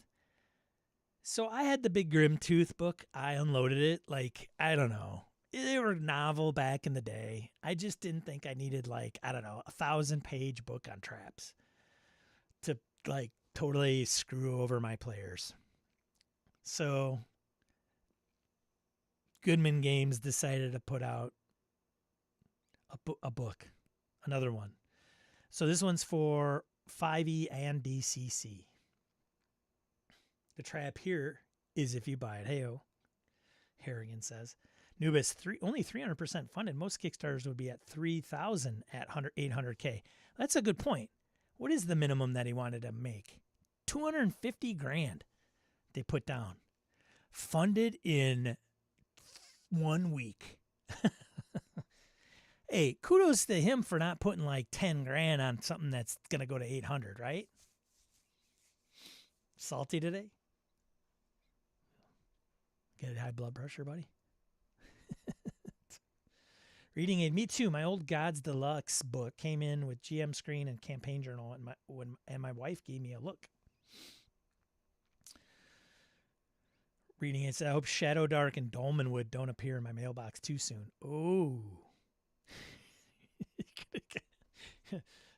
What's that? Another package? You just gotta be the first one to get the mail. That's all you gotta do. It's like a bear. You don't have to outrun the bear. You just have to be the first. You don't have to not buy the books. You just have to be the first one to get to the mailbox before anybody notices.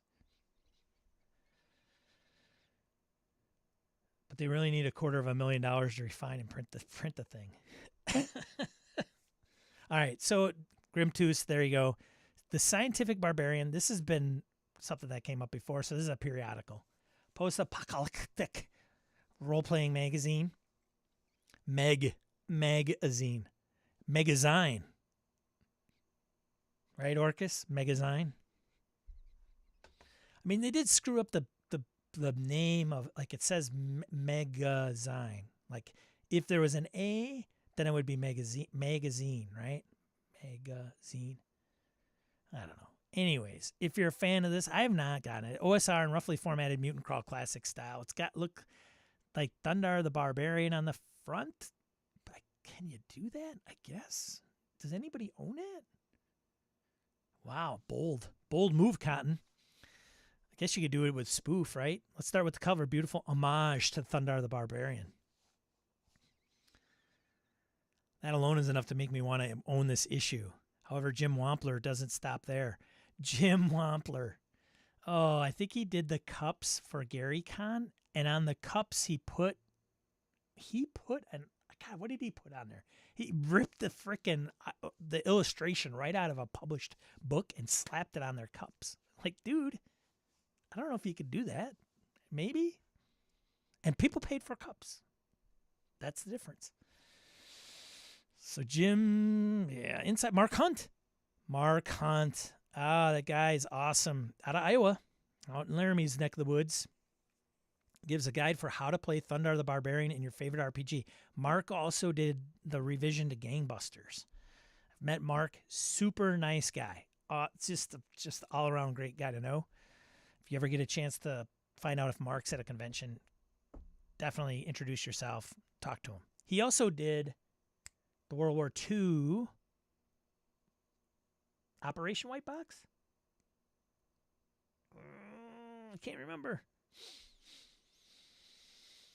Jeff's an Ookla fan. Ookla, yeah. So anyways, that thing is raising 16 grand of a 6K goal. Not bad for a Zine. So anyways, they have plus a Thundar-inspired mini-adventure by Tim Snyder, as well as an editorial titled Sorcery is Science from the Hero's Journey RPG creator James M. Spahn. James has been around doing good work. Hunted the front. Thank you, Harrigan. Not Operation White Box. Operation but White Box Spawn, right? Yeah. Mark Hunt did the front. And he gave me a copy of it. I still have it, I think. Like, he's like, here, just have one. I'm like, all right. Thanks, man. I played in his Gangbusters game at GaryCon one year that he came. And it was like all the... Who did we play? I think he had us all like villains of like the Marvel universe. Like, I think there was the Joker, Penguin, a few others. It's like normal guys. Anyways, it was fun. Eclipse Phase character options by Posthummin Games. Posthummin Studios.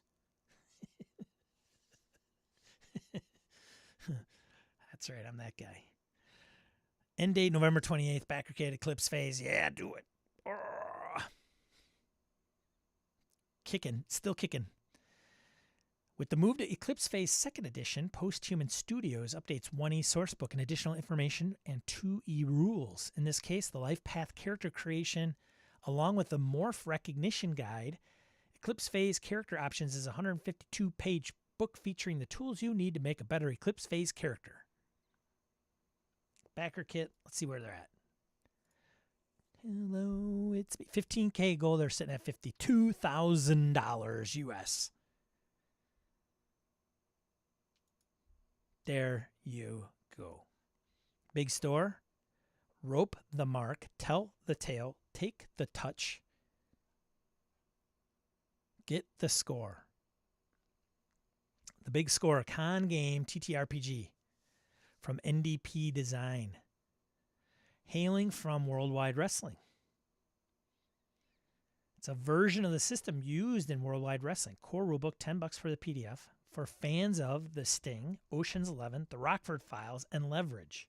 What? This TTRPG is a con game in which you... you thought it was a convention game? Pfft, come on. Con game in which your characters are confident tricksters running a game on a greedy mark. You make your living as a movie-style con artist, and in each session you pull a job. Your target, the mark, has all the right qualities. Rich, greedy, and villainous. Characters will create a false narrative to make believe as you prepare to lift their money. Stakes are high, but the payoff is worth the risk. If you want to pull a confidence job, this TTRPG is for you. Interesting. $4,000, 5,300. Funded. Get it. $10. The Gunbelt role-playing game by Geekster Games. It's an original system. Yes, I would like a Wild West game with dinosaurs, please. No problem. $25 for the PDF Quick Start and Core Rulebook. On a planet famed for its deposits of levitite,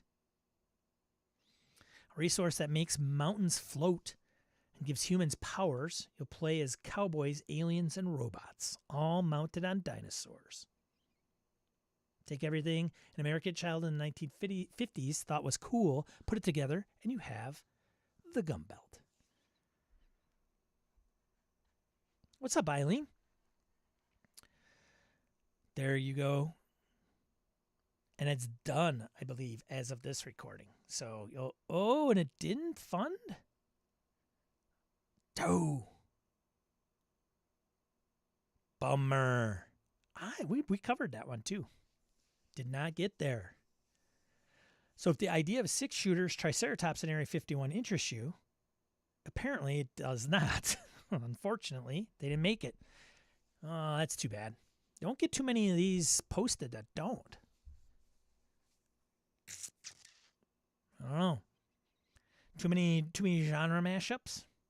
Wild West, sci-fi, robots, dinosaurs. I don't know. 2 Eye of Gold, $20,000.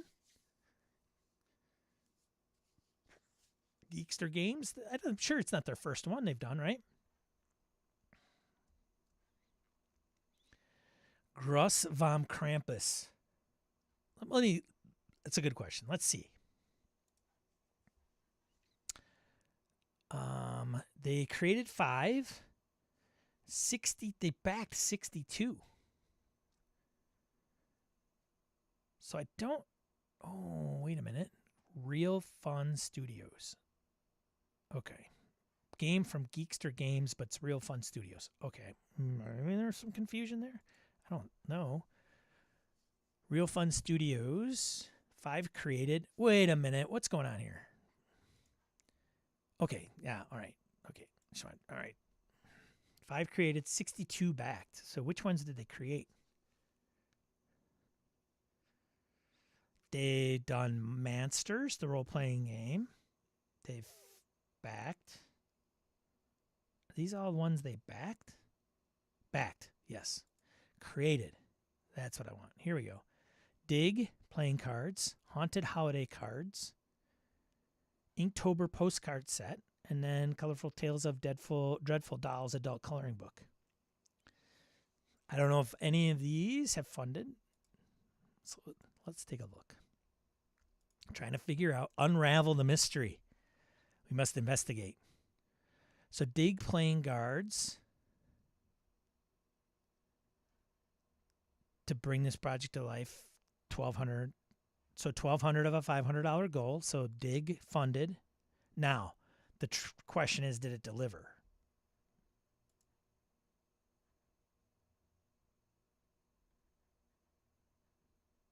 This person's canceled their pledge over a year ago. So I don't, maybe. This one, $1,900.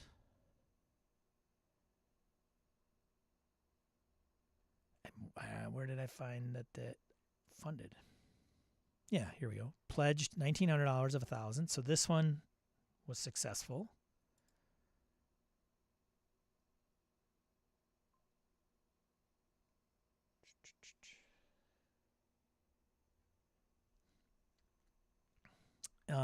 And then Inktober, $900 of a $700 goal. So successful. So they've had some successful Kickstarters or crowdfunding campaigns. This one, $2,000 of a $1,000 goal. Colorful Tales of Dreadful Dolls. Interesting. Wow. Comments. There are only 4 comments. So it doesn't look like... I don't know. Hard to say. I think I'm going to have to get into the scientific barbarian stuff. I've been enjoying reading Knoxspell, Fight On, and Trollzine. Yeah, I was thinking, I wonder if Gabe is in on that, because I think it would be up your alley. Feature some interesting things. It looks, I mean, like pretty good put together zine, honestly. Grossvam Krampus, compatible with Merc Borg. Deeply Dapper Games. $30 for the PDF shipping and handling. $5,000 of a $2,000 total pledge. Continues proud tradition of using minimal intelligence in their designs, artificial or otherwise. All art is drawn by human hand or goat hoof.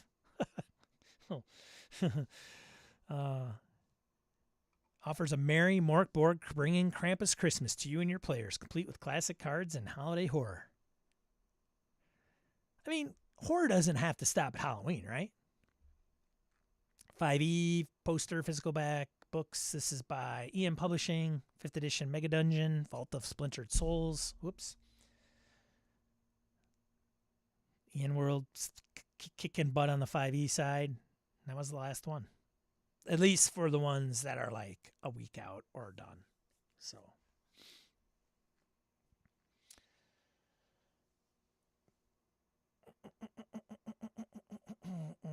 Daniel Garrett, good morning. Good to see you. Thanks for joining.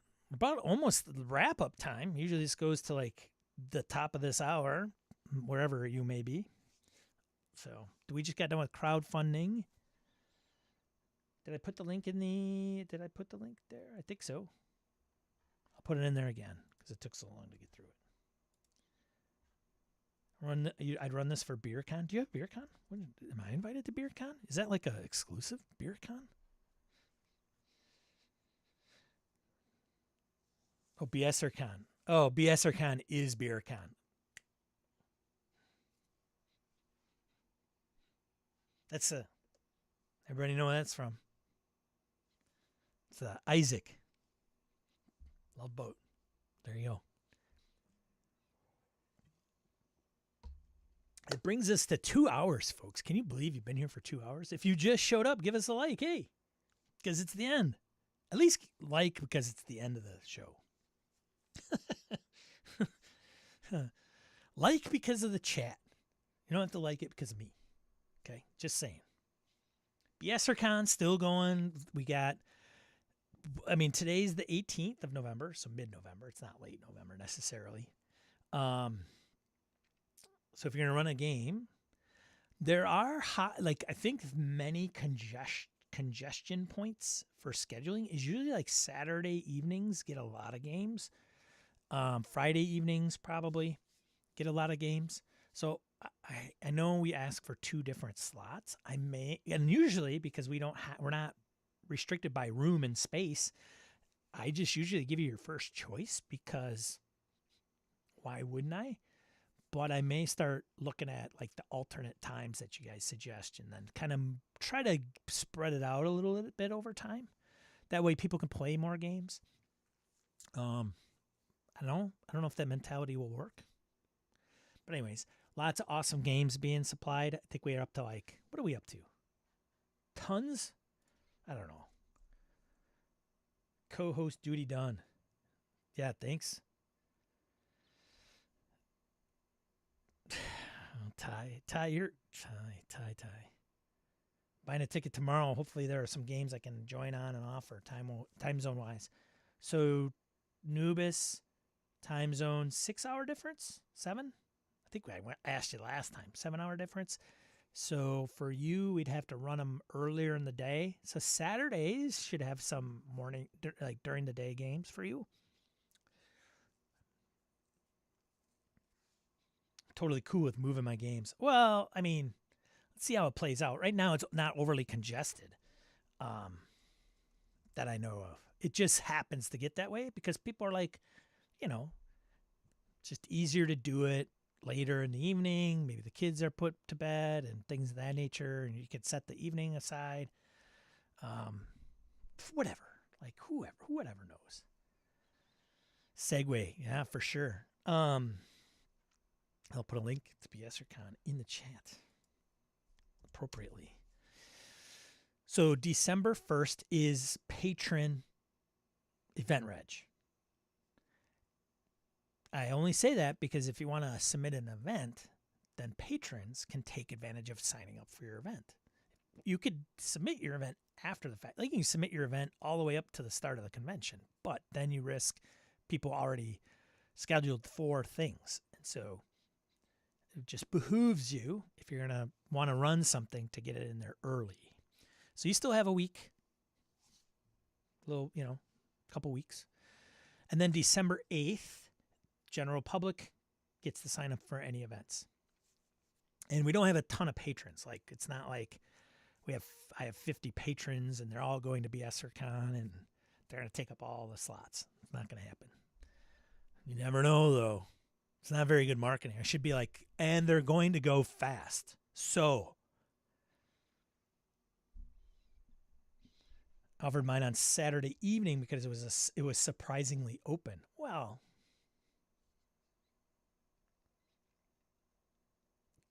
thanks. Thank you, Pill. Appreciate it.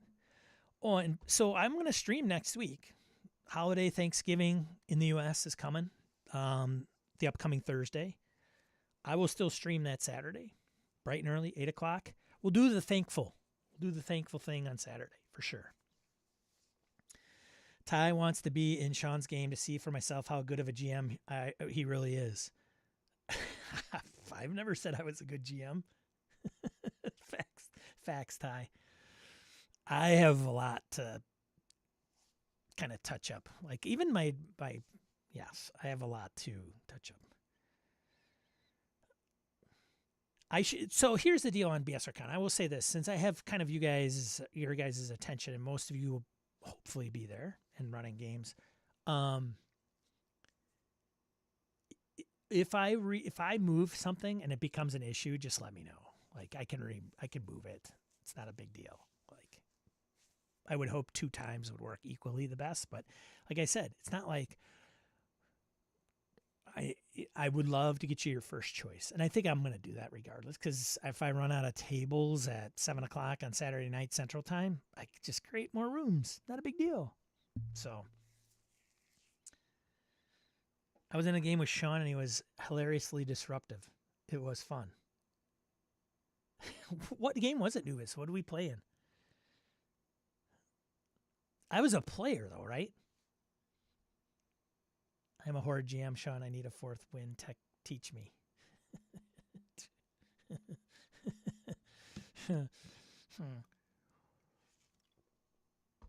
All right. Anyways, BSRCon. We have what do we have for events? Should we look at the event list? So again, lots of different events, like all kinds. So rule set, Walking Dead, Dicey Tales, Fabula, Ultima, Freebooters on the Frontier, Final Round. I should probably do this by, let me sort this by number descending. Some of the more recent ones, Cairn 2E playtest, Chaos and Conquest. Yeah, bring up the host too. Chaos and Conquest by Alex Gomez.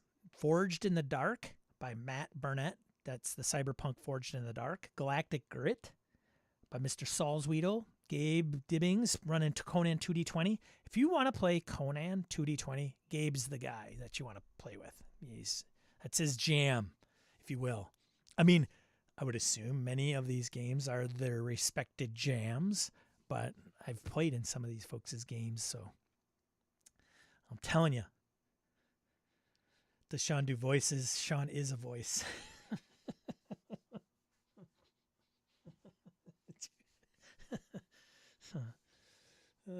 Yes, just versions of Matt Colville. Oh, God. Nubis OSC Castle Amber. That's right. That's right. Farty McButterpants' game. That's right. The guys were, well, and I have to apologize for that game. Those guys have been playing for a long time. They had an opening, and I think, Farty was like, hey, if you want to play, I got a slot open. We're down a couple guys. I'm like, sure. And, of course, in Castle Amber, it's a funhouse adventure. If you don't do things the right way, it could be pretty detrimental. I had no patience. I was like, let's go through this thing. So everybody else is like, I don't know. Kind of cautious, rightfully so. They had investment. I did not. And I knew I wasn't going to survive or get on to the next session. So what the hell, right? Got to make sure you're not overly disruptive when you do that, though. Reading, I'm currently playing a Conan campaign, and Gabe is a great Doom master. There you go. Testimonial. Or is it this way? There we go. Testimonial. Anyways. Played. So what else is going on in Sean's life? I got to get a music from a Darkened Room session 2 scheduled. I've had real life like curveballs thrown at me, which have messed with my brain a little bit. I'll be okay. Everything's fine. Nothing to worry about, folks. I will persevere, but nonetheless, adulting, if you will. So for those that are in that game, Chris is one of them in the chat. Mirko, Jim left. It's all good. Kodakin is in there. So I haven't forgotten about it. Star Trek Adventures. We recorded our last session. Very good session, planet side. So we're doing vignettes to kind of get our heads wrapped around the rules. Yes.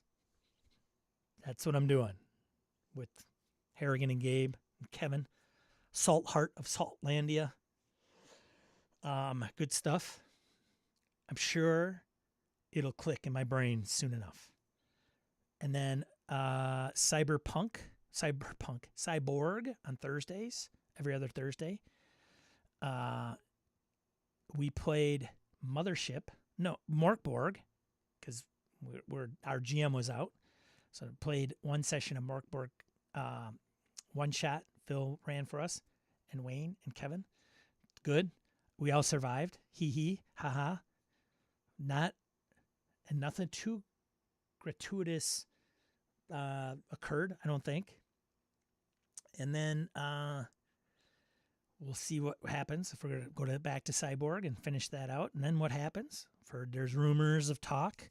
Somebody might run something longer term. I don't know. We'll see. See if we can confirm that rumor. And then Jeff with the Jeff group, kicking off OSE or Castles and Crusades. We'll see. I think it's just a timing thing. I think we got our players locked and stocked and ready to go. Holidays are going to play a role. Holidays and scheduling, as always. But that's it. I have not submitted anything to BSRCon. There's a couple games I'm actually eyeing to play. So I may just go, I'm going to sign up for that one, and that one, and then I will schedule to run this one. But such a great system. Star Trek, I mean, yeah, it's a good system. I think I understand what they're trying to achieve. It's just a little different. And I've played it once before. I don't know why. Damn, family and holidays interfere with gaming. Yeah, well, you know. Yeah. That's, I think, all that I have for this week. That's all I have. I'm reading The Walking Dead. I like it. I think I'll run something around The Walking Dead. Maybe a 3-shot, like a 3-session arc. Like one-shots, I think some of us have agreed one-shots are okay. Con games are good, but they don't give you a really deep taste of like a game unless you've played 3 sessions, maybe 3 sessions.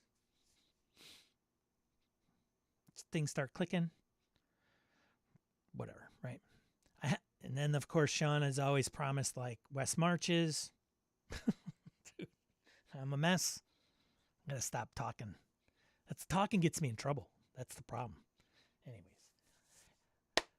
if I probably will not talk to some of you. I will see on the Discord. If you're not on our Discord, join our Discord. There'll be a link down below. Friendly group. Everybody in the chat is usually on there in some way, shape, or form. If you're not, that's cool. But it's a great bunch of people talking about different games. Gabe's running his Star Trek Captain's Log and walking through all the stuff that he's doing, which is fantastic. Thank you for doing that on our Discord. I really appreciate it, Gabe. We have a forum where Jim is heading up zines. So if you're interested in putting a zine together, like, there's talks of resources and tools. And I mean, people that have done it are interested in doing it. That's cool. Thanks to Jim for putting that out there. And then there's just general banter, right? Great community. Thank you for being part of it. I really appreciate it. I got to get some merch for BSRCon done too as well. So we'll get that out and everything. So join the Discord, Tad says. Yeah. And then Erican is running a play-by-post. And there's plenty of dialogue in the Discord where it's like, hey, it's kind of out of character. And then posting on Gamers Plane, he's running Knave still. Fantastic. But if I don't talk to you or see you by this Thursday American time, then have a great Thanksgiving holiday, no matter where you are, even if it's not your holiday, it's fine. We're thankful that you're around, and I am at least, and thankful that we're all loving this great hobby of ours, right? Lauren, good to see you. Yay to play-by-post. Lauren and Elaine in the weeds. So I'll let you go. Be a positive force in the tabletop RPG hobby. Move, learn, and create. And we'll see you next Saturday, 8 a.m. Central Time.